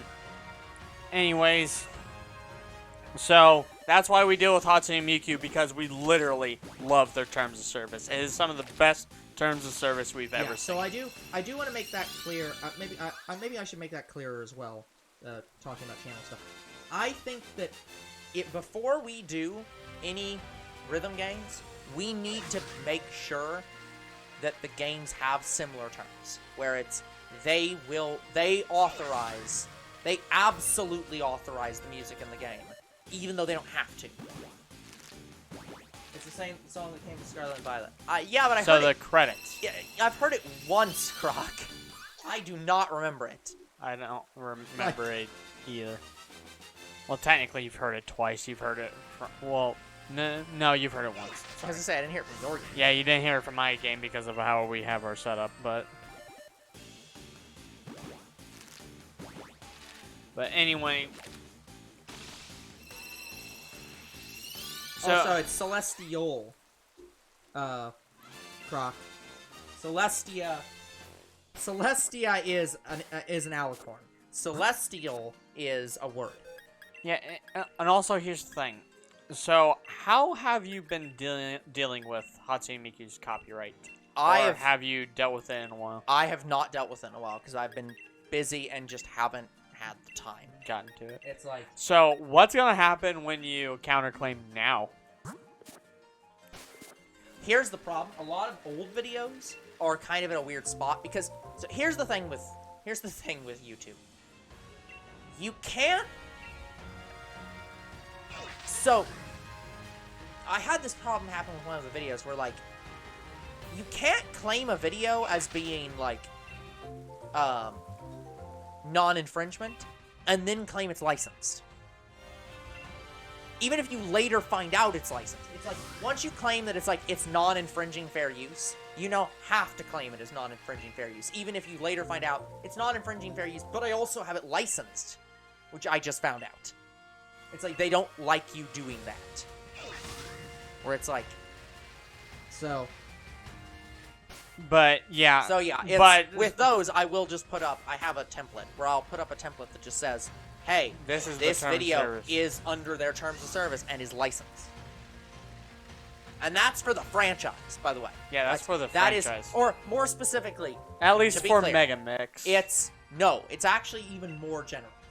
That's Sega's terms of service for every Sega game.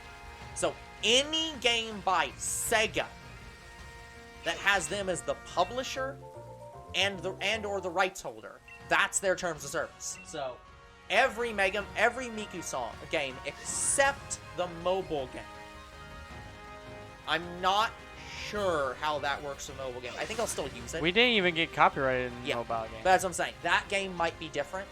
but I think their terms still apply because they're the rights holder.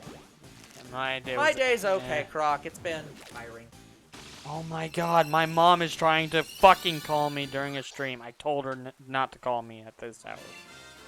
Jesus fucking Christ. Anyways, I need to go get something to drink. I have not. I've ran out of drink and have not had anything in 2 hours, so I'll be right back. How can I hydrate whenever Croc asks me to hydrate? Anyway, guys, I've been having problems with my mom, and Sis thinks I'm not being nice about it. I'm not. I'm just... Oh my god. Now she's fucking texting me.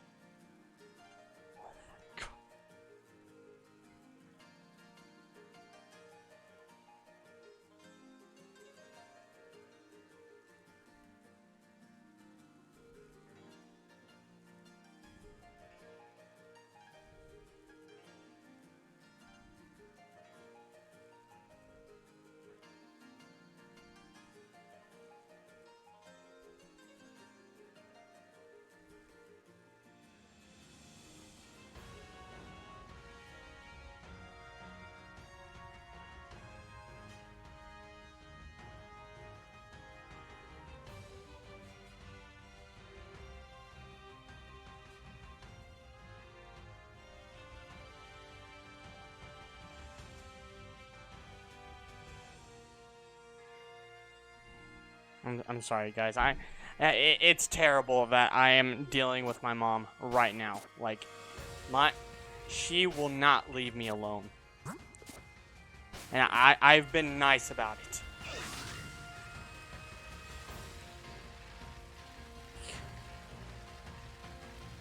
And now I'm probably gonna hear from my aunt probably later. But yeah, like I'm at my wit's end. I'm sorry, guys. Like, it's not fun to talk about.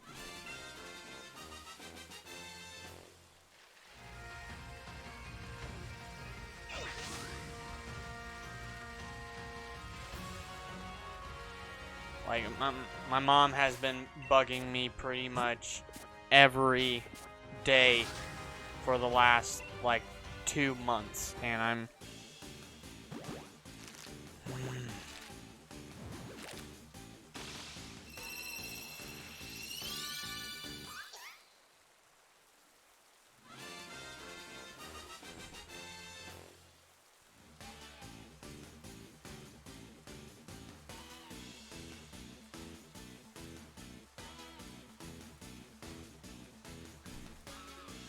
My God, Mom.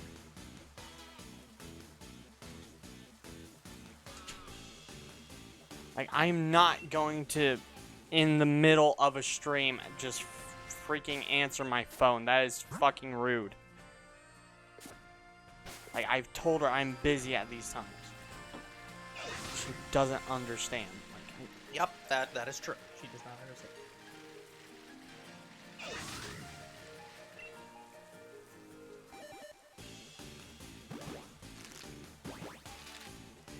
But yeah, it is kind of pissing me off as she's choosing now to basically,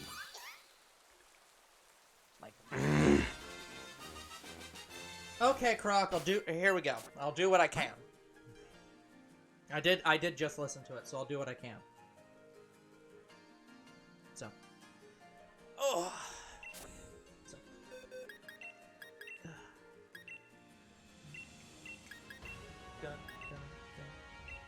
You see tonight, it could go either way. Hearts balanced on a razor blade. We are designed to love and break, and to rinse and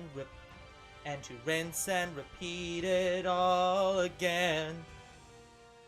I get stuck when the world's too loud, and things don't look up when you're going down.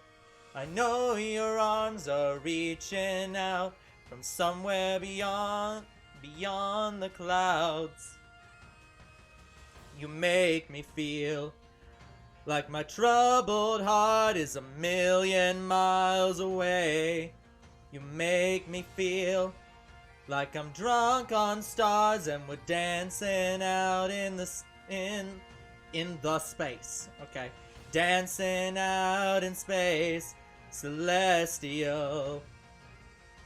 Celestial. There you go. That's from hearing it 2 times 5 minutes ago. That's the best you're getting out of me, Croc. I'll add it to my Spotify and maybe I'll get back to you in like a month.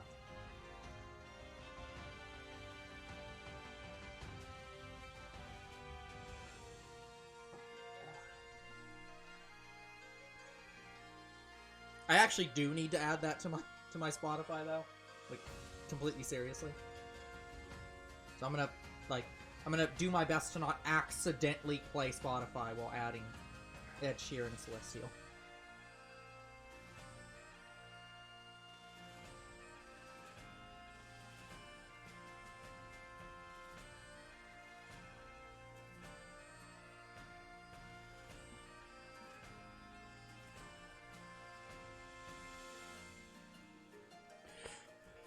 The one nice thing about the fact that... No, do not play an advertisement. Bad Spotify. I just want to get to the songs paid. Yeah, sorry I took a minute there, guys. I was trying to think of what to say with my mom. But I just realized, even if I text her, she'll keep texting me and going on about it, saying I'm being mean, yada, yada, yada, like blah, blah, blah. And then it'll become a whole thing, and then yada, yada, yada. From something. Ugh. This is really weird because I'm adding an Ed Sheeran song to my video games playlist on Spotify. Where it's like, yeah, I guess this is technically a video game song. But like, no. It's like, it's Ed Sheeran. How is that? It's like, okay, I guess that's unfair. I've already done this once. Because, for example, I've talked about how I've played Thrillville. Like, it's a game series that I really enjoy, and I probably need to check when that's coming out on the channel and maybe move that up because I do really enjoy that game. I'm surprised you haven't played it yet. I'll look into it. I need to redo my schedule. Yeah. But anyways, so the one of the songs in that, or a lot of the music in the background, yes, apparently are real songs. is Some real. of them are made for Thrillville, but There are them. country songs. But some of them are real songs. One of which, for example, is a Miley Cyrus song. Sorry, it's a Hannah Montana song, I think, but like it's a Miley Cyrus song. It doesn't matter. So that song I have in my video game music because it's from that game to me. Like I will never hear that on the radio and not think of Thrillville, even though it's a real song that she made for other things. And it's basically the same as if I heard it in GTA 5's radio. And I'm saying, well, it's a GTA 5 song. It's like, that's not fair, but fuck it. Don't care. Yeah. I know at one point in Ed Sheeran's song, by the way, he is supposed to go up really high.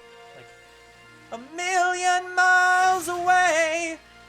But I've heard it twice. And only once was I listening to it specifically, so I couldn't actually pitch it up high enough. And my brain couldn't figure out when to do it. Anyway, like,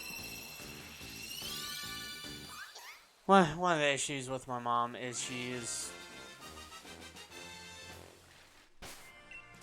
she thinks I'm like excited over every little thing. Like I'm excited for Valentine's Day. I'm excited for Christmas. Like yeah, I have things for you. Come get these things. Why haven't you come and get these things? And that just makes it worse. Yeah, it's... Actually, guys, I might have to leave again because my stomach's starting to hurt, so... Give me a second, I'll be right back. But yeah, it's like... I get it, it's hard. You'll figure it out.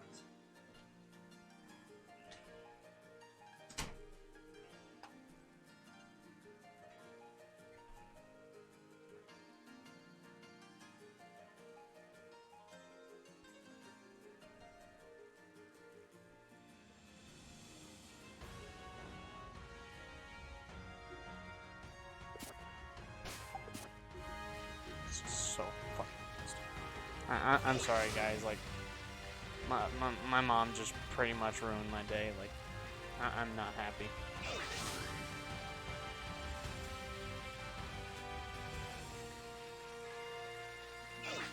Like, the reason I don't want to talk to her very often is because she won't leave me alone. Like, she texts me every day. And I don't want to be texted every day.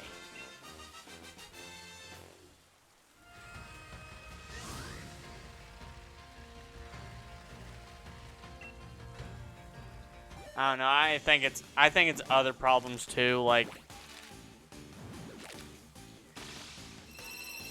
I don't mind helping out my family every now and again, but she just doesn't need help.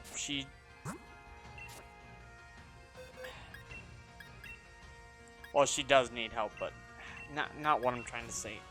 I don't know how to best phrase this.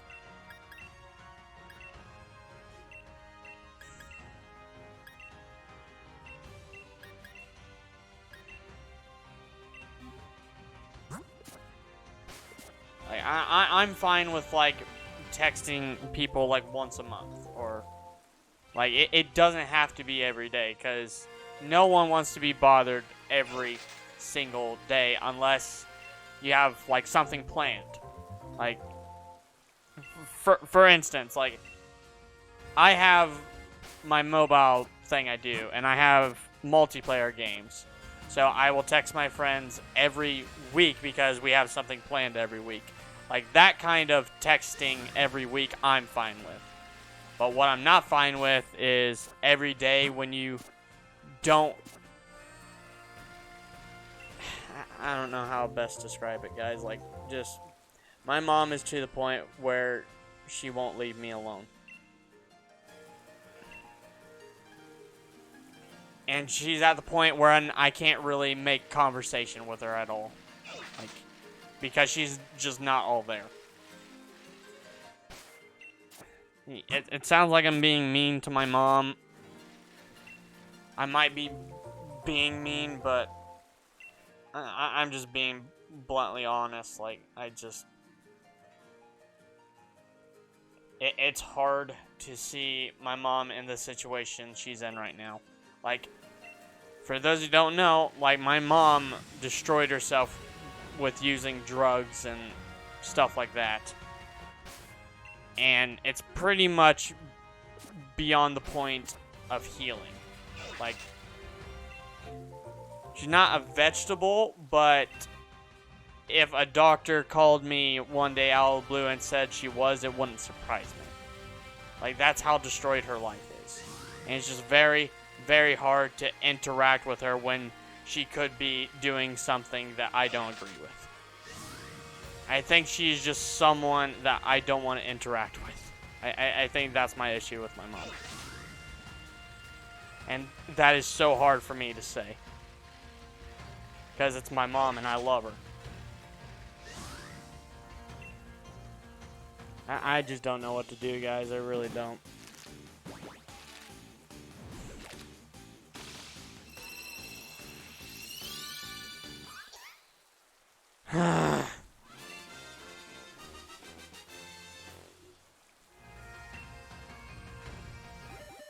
Yeah, my life is just very, very frustrating. And it's not just video games, it's life stuff too. Me losing my job, my mom keeps getting hospitalized because of the things she does. My dad putting pressure on me finding a job when I'm doing the best I can. And him basically not listening to me. I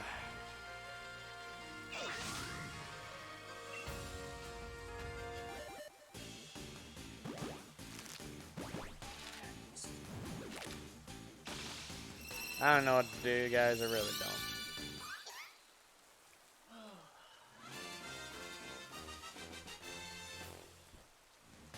Okay, my stomach's feeling a bit better, guys. Sorry about that.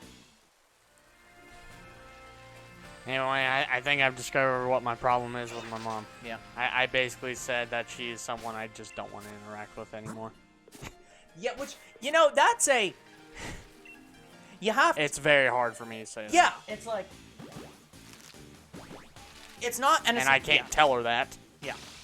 Well, I mean, you can tell her that, but that's definitely not going to... It would create another problem. That's not going to cause any solutions to any problems. So. Yeah, it's... No. Yeah, it's a weird situation. Like, your family situation is not enviable by anyone. It's just a weird situation.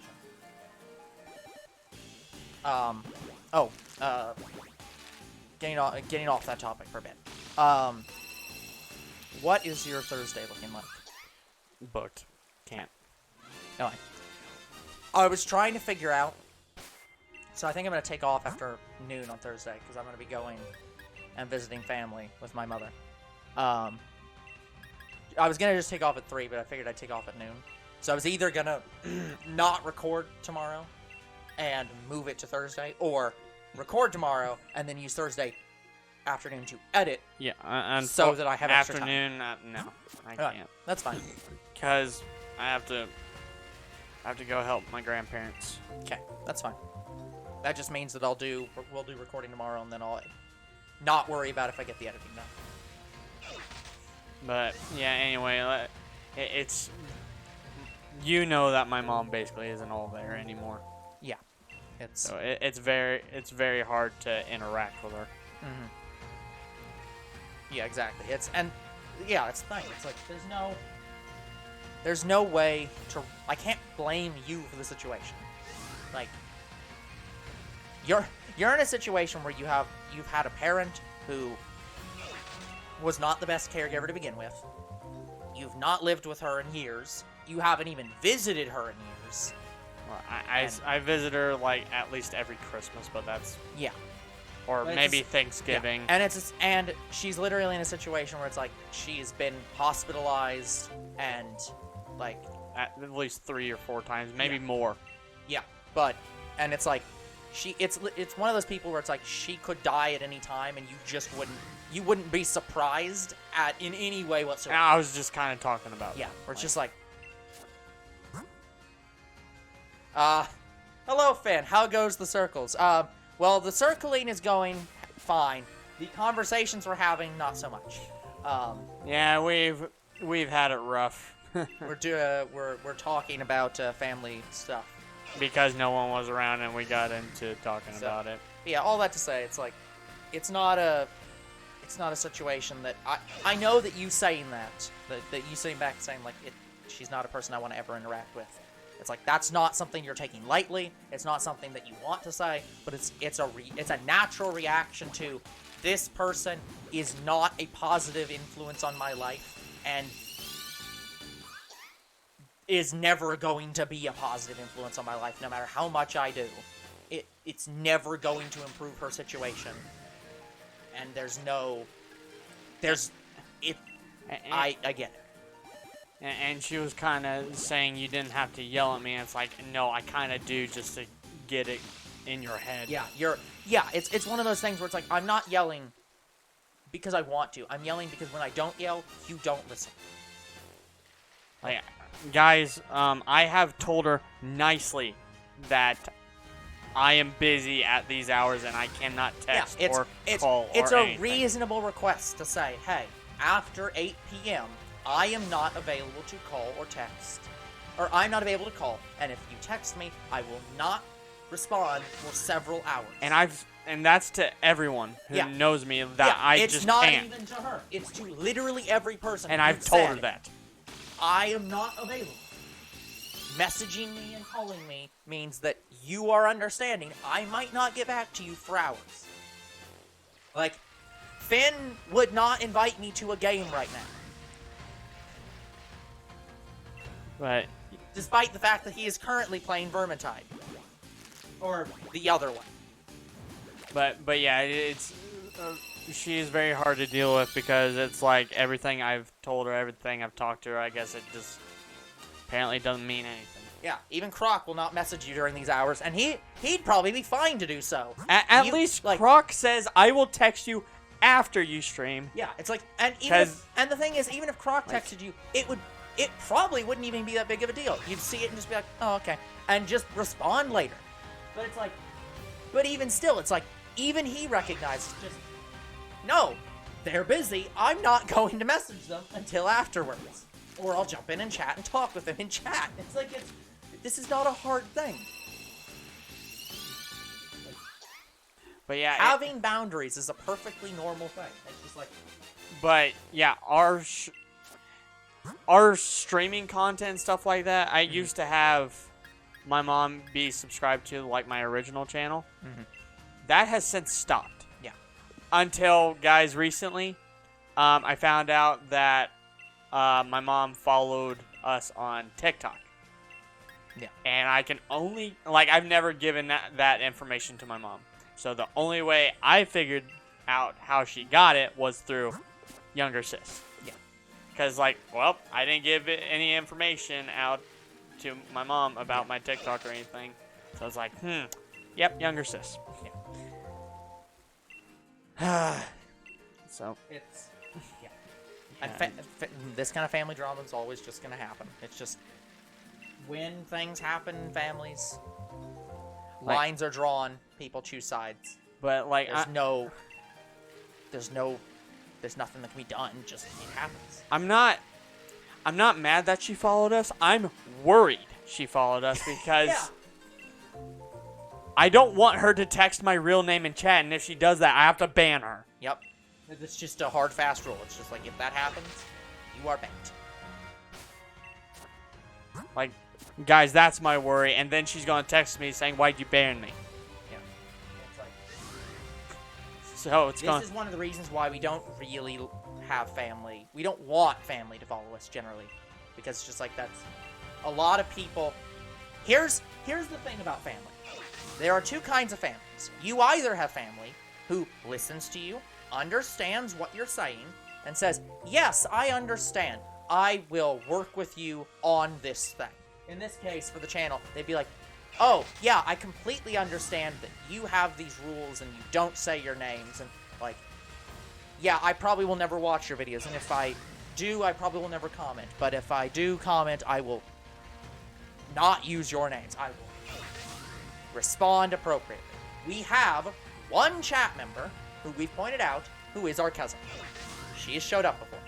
yes, She follows the rules. because she has her own channel. Yes. Or, so that's one side. The other side is what most people are familiar with their family. So they don't listen. And so what they do is they show up and say your name, and then you ban them and be like, well, I don't understand why you banned me, even though you told me that I shouldn't do this thing and that you'd ban me if I did this thing, and then I did this thing. It's like, you broke the rules. That was the rule. You broke it. What? There's no excuse. And here's the thing. Another situation we have is younger sis has a hard time not saying our names. Yeah. And it's, we're not mad at her. It's just that's how she is. Yeah. It's hard for her to call me younger bro, and I've just accepted. Okay, she's probably never gonna. Yeah, and we can edit that out. And we because can she's only in edit that videos. out because she's only in videos. Exactly. Yeah, we do not put her in streams. She is And not, she has showed up on streams before, but a couple of them, not very many. Yeah. But anyways, But yeah, it's in general. She's probably not going to ever be on streams as an actual No. person in the stream because she cannot follow those rules, and it's but we're it's not not mad her at fault. Yeah, It's Exactly. like, it isn't her fault. We know it's not her fault, so we're lenient. We edit it out of the videos, and that's fine. But when it comes to our streams, it's a hard line. You follow the rule, or you get banned. Yeah, Croc's done so. We understood. We deleted the messages. Yeah, Hershey, Croc, you're not the only one. Hershey, everybody does it. They call me by my real name, or they call me Crimson. But I allowed that one Yeah, that because one's fine. they knew me for so long as Crimson. We'll take it. So Yeah. So it is. It's it the is same reason why fine. I'm perfectly fine with Zero calling me Mage. It's like, sure. I'll work with that. It's like, It's just, as long as it's not our real name, you can comment as much as you want. yeah, it's like we don't really care that much for either. It's you can do either one. As long as the rules are followed, we don't care. So, But anyway, in my mom's situation, guys, if I Yeah. tell her not to comment to my name, like, she is still one of those will people. do it. She is one of those people who is either mentally incapable of understanding Or just doesn't understand. or refuses to understand. At least, like, we do have some family members. Okay, we have a lot of family members who follow us on, But like, the vast majority sites of them and such. don't watch our content. They follow us for, like, general support of, like, Yes. oh, well, my cousin or my grandson or my son or my, like, nephew or whatever family member it is. Just like, oh, they're making this content. Well, I'll support them by doing the follow thing. We actually have had a different family member who didn't understand our content at all and just followed us out of the blue one day. She commented to one of our videos, and all we did was hide it. We didn't delete it. We hid it. Yep. So that's even fine, technically. But as long as we're able to hide it, it's fine. But it's when you... Okay, so Facebook we can hide comments, but that's not guaranteed per platform. It's when it starts to happen on different platforms where we can't do that is when it starts to become a The nice problem. thing about a Twitch stream is that if people say our name in the Twitch stream, we don't put the comments on the video. So it naturally deletes itself. If we don't respond to it, it goes away. Technically, Croc, you could edit that out. Like, Well, again, it's like if she says it in a live stream and it's audio, you have to cut the audio. If it's just in the chat, it goes away. So that's the nice thing about chat not being on the screen is chat goes away. yeah, and one of the many reasons why we will never display chat on our screen. Yeah, because otherwise, if we start doing that, then we have to go through a lot more effort to start, like, cutting, like, carefully hiding certain things. And it's like, I already have to do a bunch of, like, work today. For context, guys, today I'm editing the final Konosuba episode, which is the movie. Like, I already announced that we were going to do the movie, so this is not a surprise to literally anyone. I mean, that is the nice thing about Twitch streams, Croc. The videos go away eventually, and then it's not a problem. Yeah, exactly. It's like the evidence goes away. But Anyway, what like? but you were like saying. so right now I'm editing the Konosuba video, and I just found out today that the timer that we put on videos does not go above 59 minutes. So you can't have an hour on the timer. So I have to make a custom edit the timer in such a way to allow it to be an hour. Yeah, it's gonna be fun for older. So it's gonna be a pain in the ass. But anyway, guys, it's just hard for our family to understand how we do things. Yeah. And so it's like the main reason why we don't show our face or say our real name is so that we don't have threatening situations come up. yeah, it's like people like well, there's a couple reasons. So one reason is threatening situations. Doxing is a real thing. People, if people can find out who you are, they can find out where you live. They can just randomly call the police on you and have the Exactly, and I don't want to be swatted. Sorry, yeah, I guess it's not. Yeah, it's swatting specifically, but like, that's a thing. Yeah, there's one streamer that I know it happened to so many times that literally the detective that usually does the swatting at the guy's house is like, "Did you get swatted again?" Like, and he's like, "Yeah, there's no situation. Please, it's fine. You can go." Yeah, when it happens so many times that they actually call him and just confirm Yeah. Before No, before they even still show up at they his show up house. his house, but they just Yeah. walk up. Nobody even aims guns. They're No. just like, they just walk up to the house, just like, hey, just letting you know that somebody called the cops again. It's just like, yeah, I know. It's just like, and everyone's just like, yeah, okay, have a nice day. It's just like, Yeah. that's the best outcome of the worst situation. Like, But, so yeah, it's like, shit like that can happen. So, one, we don't want shit like that to happen. We're playing video games. If you're pissed off at us playing a video game, unsubscribe. Don't kill us. I don't think that's an unreasonable statement to make. It's not a political statement. It's literally just a factual... It just isn't worth it. yeah, we play these video games because we want to play these video games. What could we possibly do in video games that would be worth you going to jail for murder?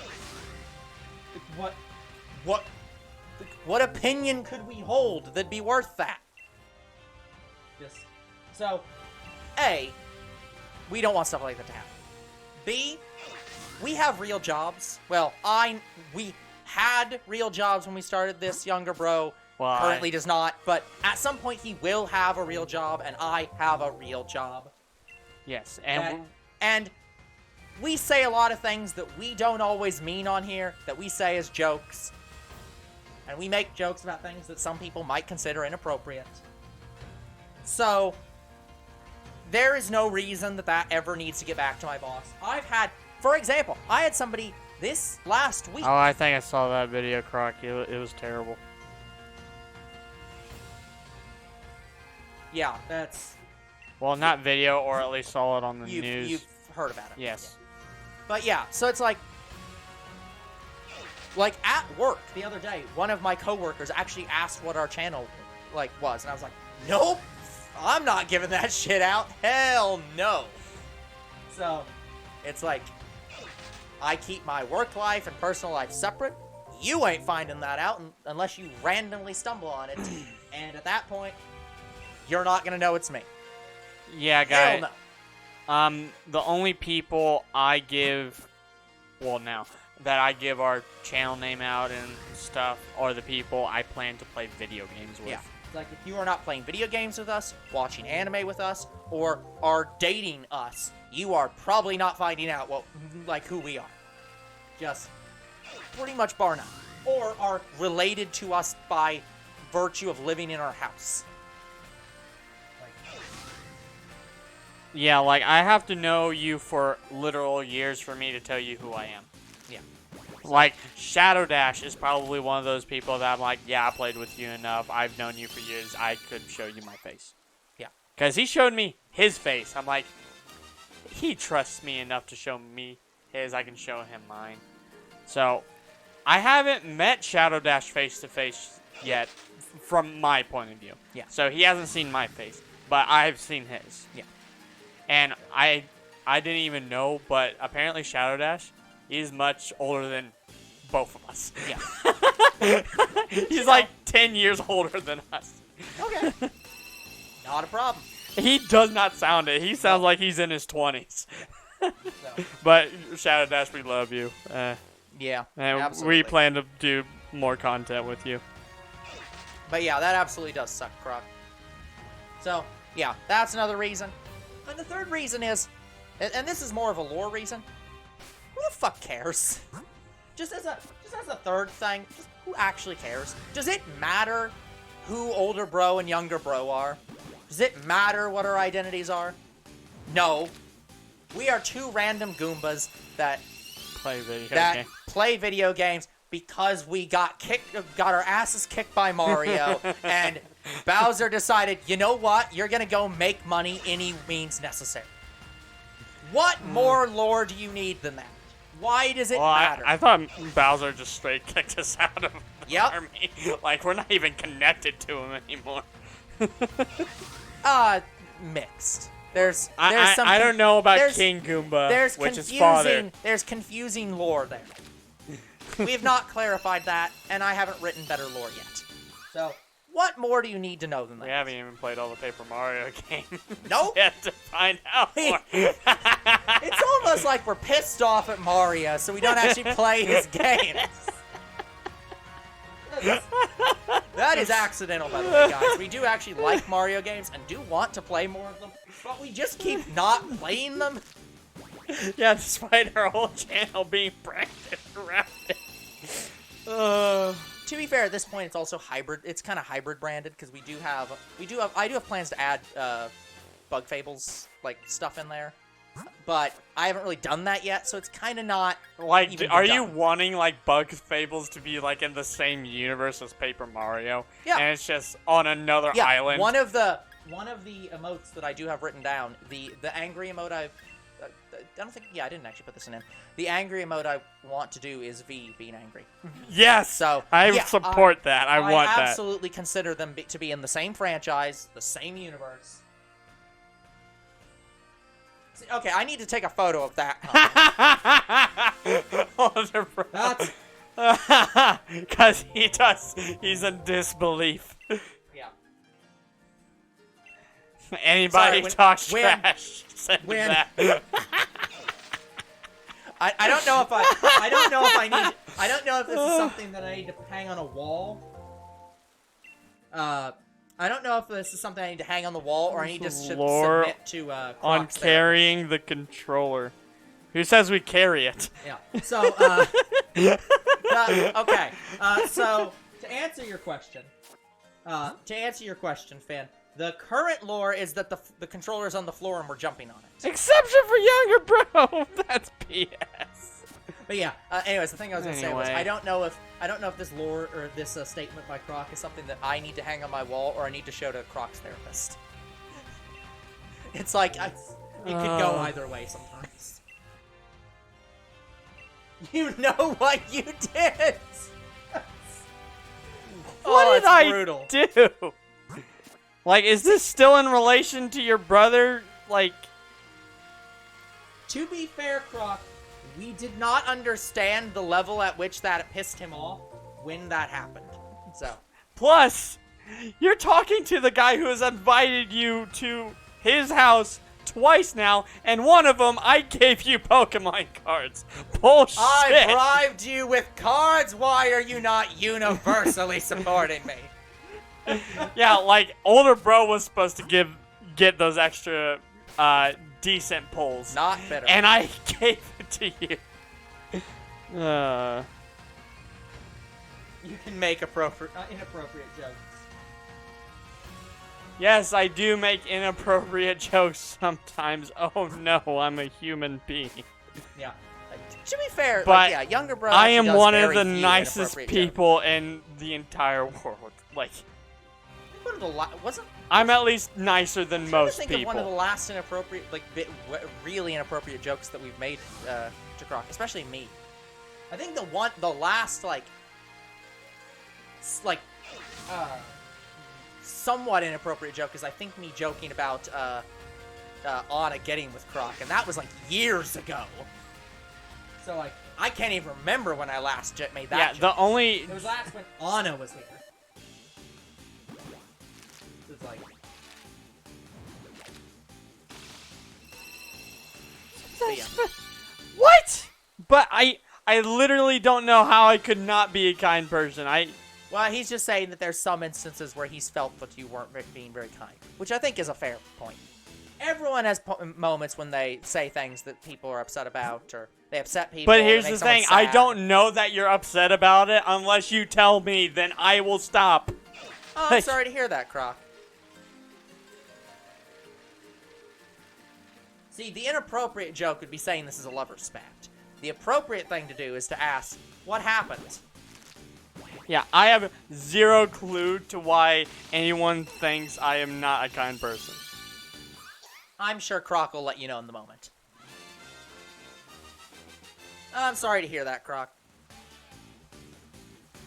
I know that Anna has situations where she, like, I don't know if she gets banned from social media or just stops being on social media and stuff like that. Okay, So, Croc, Anna has, yeah, like Older Bro says, Anna has a parent situation where she, for the longest time, didn't have any kind of social media.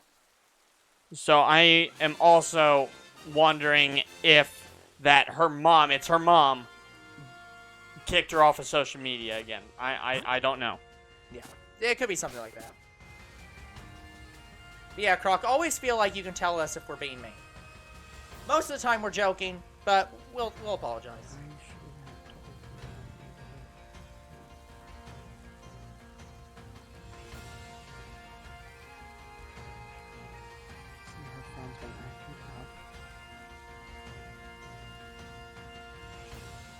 It might be a situation where they're having trouble, like with maybe paying the phone bill or something. Who Internet knows? issues. Internet issues. Yeah, yeah. Okay.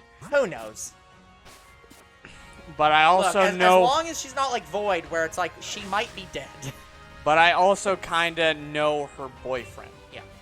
So I don't know the situation with Anna and her boyfriend right now. But all I know is at one point her boyfriend told me that they only do a certain mode in Fortnite, and it's basically no other modes. Yeah. They are basically not open to really doing anything else. And that's him speaking for him and Anna. Yeah. So I do not know if He's is an asshole, but I tolerate him. I Croc, you're a good friend. Concerned, but like you can't make her leave him. I'm of the same opinion, Croc. Like I like him too, but I just don't. Oh no! Croc's of a lesser opinion. If he's saying he only tolerates the guy, I don't think he's saying he likes him. He is definitely a person you have to be patient with.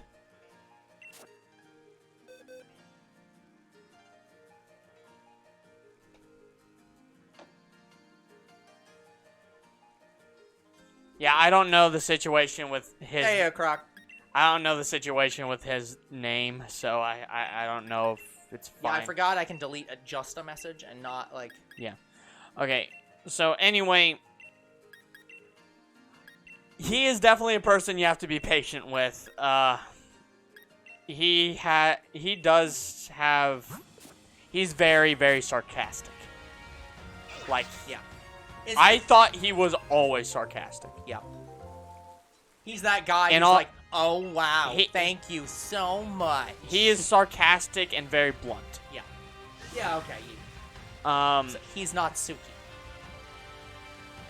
Like, he can laugh and he can have fun, but his definition of fun is vastly different than anybody else. Yeah. But everybody else is also vastly different. Not the point. Anyway, the point is, I don't know how he treats his relationships because, as far as I'm aware, Anna is his only girlfriend ever. This is Younger Bro's way of subtly dropping that he isn't sure if he's abusive or an asshole or Exactly. controlling, and he has no way of knowing. So I have no idea if that's affecting Anna's social life at all. Yeah. And it kind of worries me.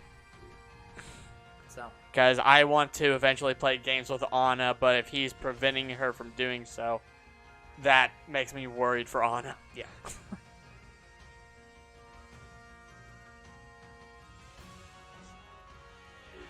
Yeah, he is just like that. I don't...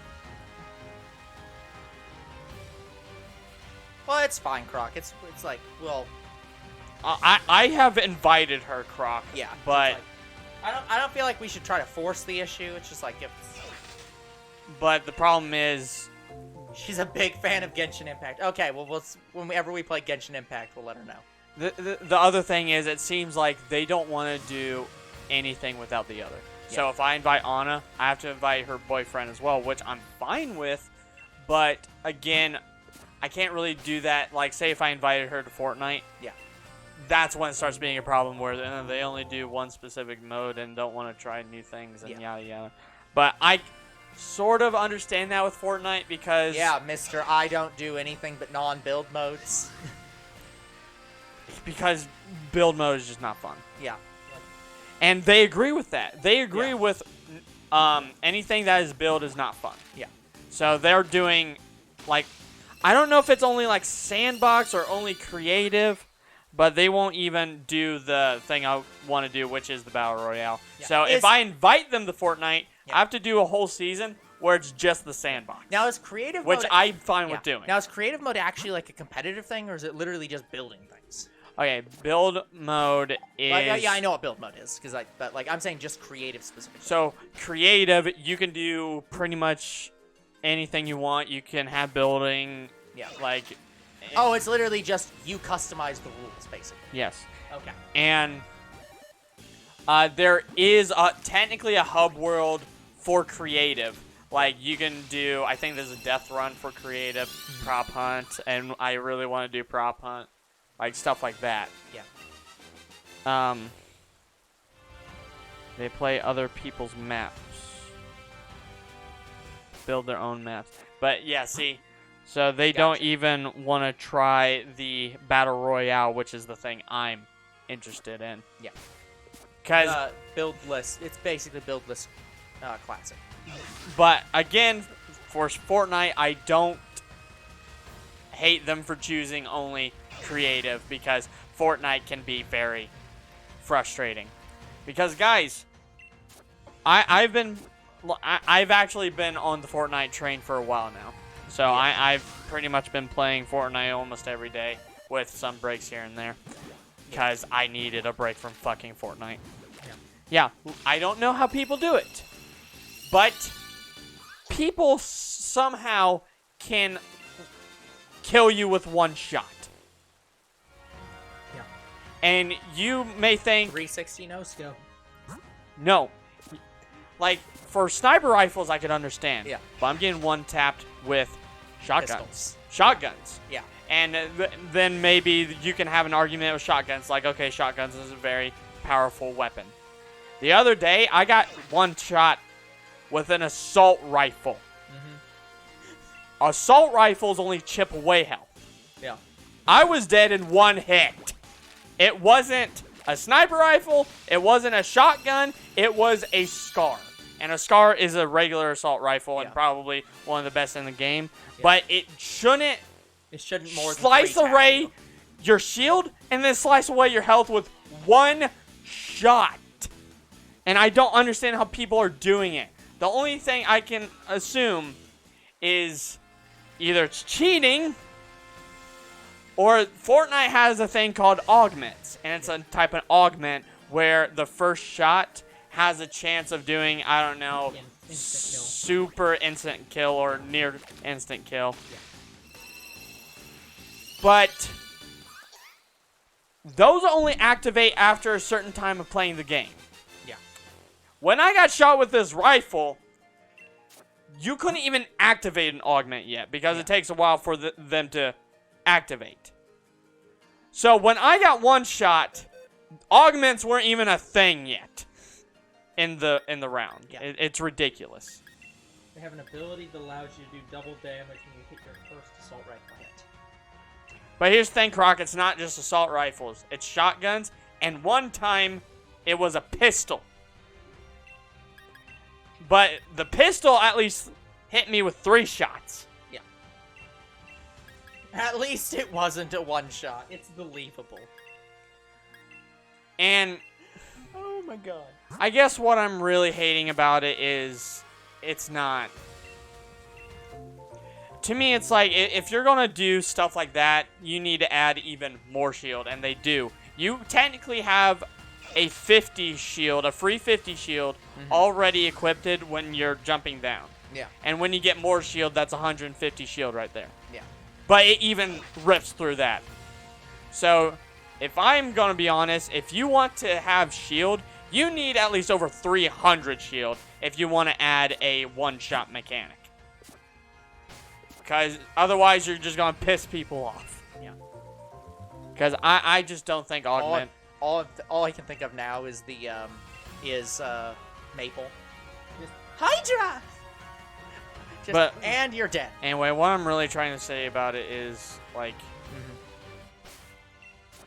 I thought the person who killed me was either cheating, or... I don't know how to best describe it. It's Or basically they knew more about the game than I did. Maybe. It could be either. Hell, it could be both. And I just personally think that even though I use augments now, like I've been using them because they help you during the game, Yeah. I just think it's vastly unfair. Yeah. But I know why they have them. They have them because, well, you're playing no build. Yeah. So you need And something that an alternate to build. Yes. Yeah, that makes sense. And I understand that. But I just don't think they should have added more damage. Maybe. Because to me, it's like more damage isn't... You doing more damage isn't skill. Yeah, maybe. But that's the thing with all games, is there's always a balance between skill and I just hate Fortnite's... like RNG and effects. I just hate Fortnite's system in general. Basically, when you get paired with... Okay, say you spawn into a game. You get paired with people who have basically around the same like level of play as you. But then you die. And then supposedly, I don't know if this is true, supposedly you then get paired with people who are more mediocre than you. So they have skill-based matchmaking. That's... But I'm saying, I want to say it feels worse than what PUBG does. When you go into like Rules of Survival or PUBG, you don't have all these extra things, and it's basically more realistic. Yeah. Like in PUBG, like you have armor, you have shield, but the shield and armor are so good that it doesn't feel like you're being cheated when you're killed. Yeah. In Fortnite, it feels... It's more anger-inducing when you fight someone and they're pretty much one-tap and then they get a lucky shot. Yeah. I don't know how to best describe it. No, I get you. Fortnite is not as optimized as something like PUBG. Yeah. Maybe. I don't know. Well, unfortunately, from the sounds of it, Fortnite has won the fight against PUBG, so it's like, yeah. But maybe mobile PUBG. I'm not sure about console PUBG. Yeah, I don't know. Whether you like it or not, it seems to be the more popular. But I'm just saying, like, I can go into PUBG and I can fight a player, and they're not gonna one-shot me unless it's with a sniper rifle. Yeah. Oh, by the way, it's 2:51. So you have 9 minutes. What? So as much as we started out a little bit slow, like we honestly had a lot to talk about today. Yeah, I have many complaints about Fortnite, and I don't have any complaints about PUBG. Yeah. Like, to me, PUBG is more fair than Fortnite. What is PUBG, and why are people playing Fortnite instead of it? I think they enjoy I think they enjoy Fortnite more because of how colorful it is, how vast the map is. Like, it's a much bigger map. I'll agree with that. It's like, I can... Like, it is I'll just agree a with that newer situation. battle royale, and also they did something unique, which was building during a battle royale. Yep. And that's why people went to it. Yep. And then they realized they could just steal all of PUBG's players by just saying No build. No build. So now we're PUBG and Fortnite. But I still play PUBG. Yeah. In fact, I still prefer PUBG because when I go into Fortnite and I'm solo, I feel anxious. I feel like I'm not You're not equipped for the situation. Not equipped, yeah. When I do it in PUBG, I will walk up to anybody and gun them down, and I feel confident. Yeah. In Fortnite, I don't feel confident. Yep. And I've been playing for the past, 2 months. So Yeah. I want to say I've gotten pretty much the feel of Fortnite, and I know what I'm talking about. It's like you've played the game enough to know that you do not believe you will ever be confident in Fortnite. Despite me trying to. Like, I have played, I can't tell you how many games of Fortnite. Yeah. Younger bro has put the effort in. And He has apparently, done the race. apparently, a lot of people don't like playing solo, and I understand why. Like a lot Yeah. of the big YouTubers who play with their friends, and I get that. Yep. But even in solo, it's just as hard Yep. as playing in a team or other like. Yeah. I get that. I get it. Like, I can be tactical and I can be, how do you say, like,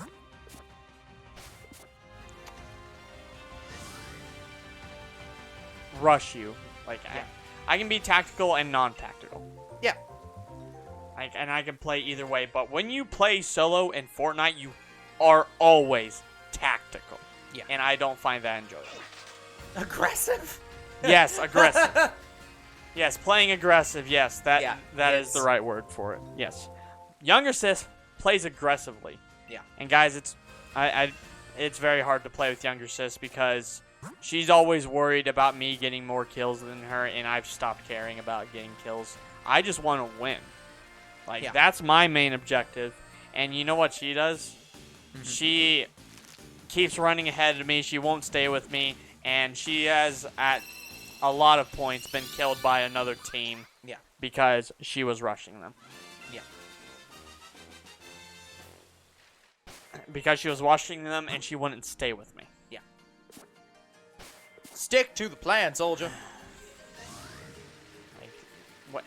To me, when you're playing around with someone, you want to protect them and When you're doing a team, be tactical. when you're doing a team-based game, not playing tactically with the team is unacceptable. But I only do. All right, Croc, have a good evening. See ya. We're basically at the end anyways. See you, so. Croc. Anyway, See ya. I only deal with it with younger sis because that's just It's how she younger is. sis, Yeah.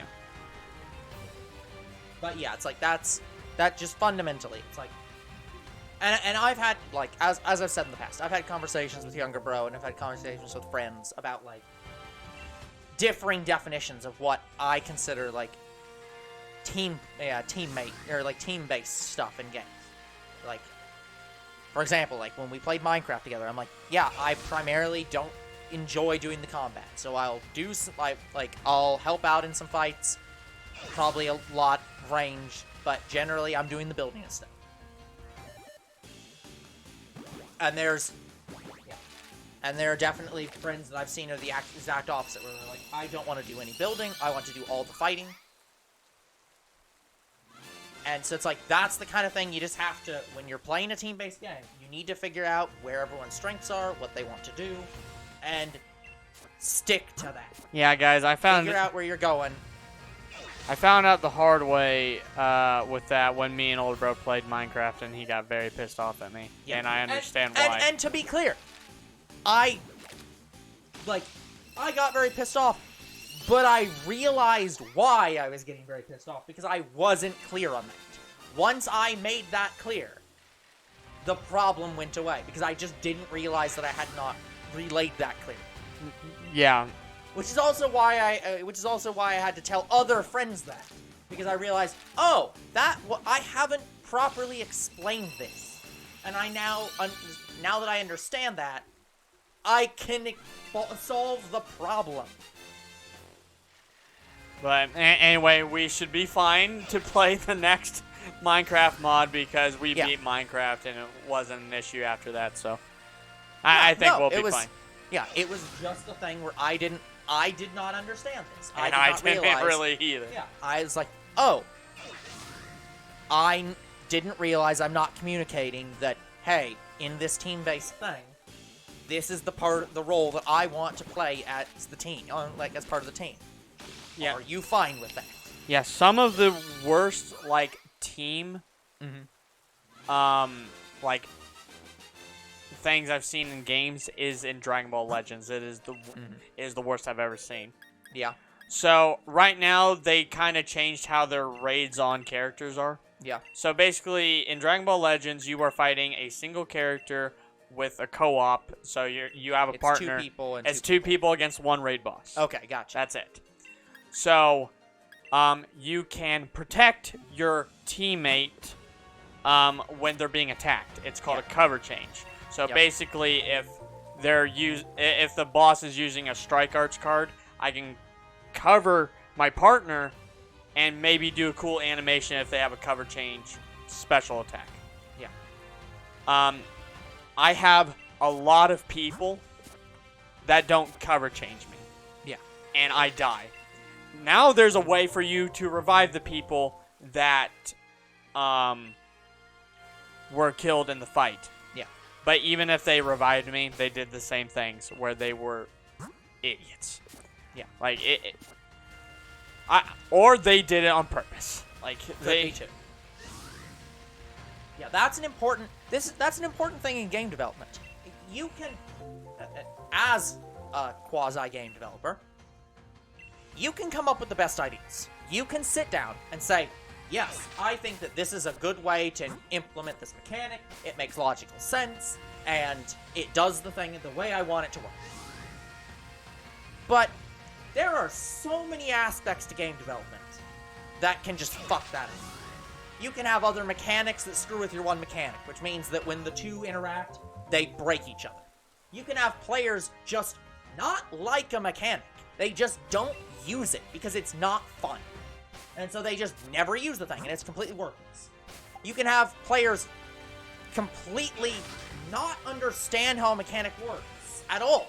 Just it fundamentally is, like, too confusing, and you just have to rewrite how it works because nobody's understanding it or using it wrong or something.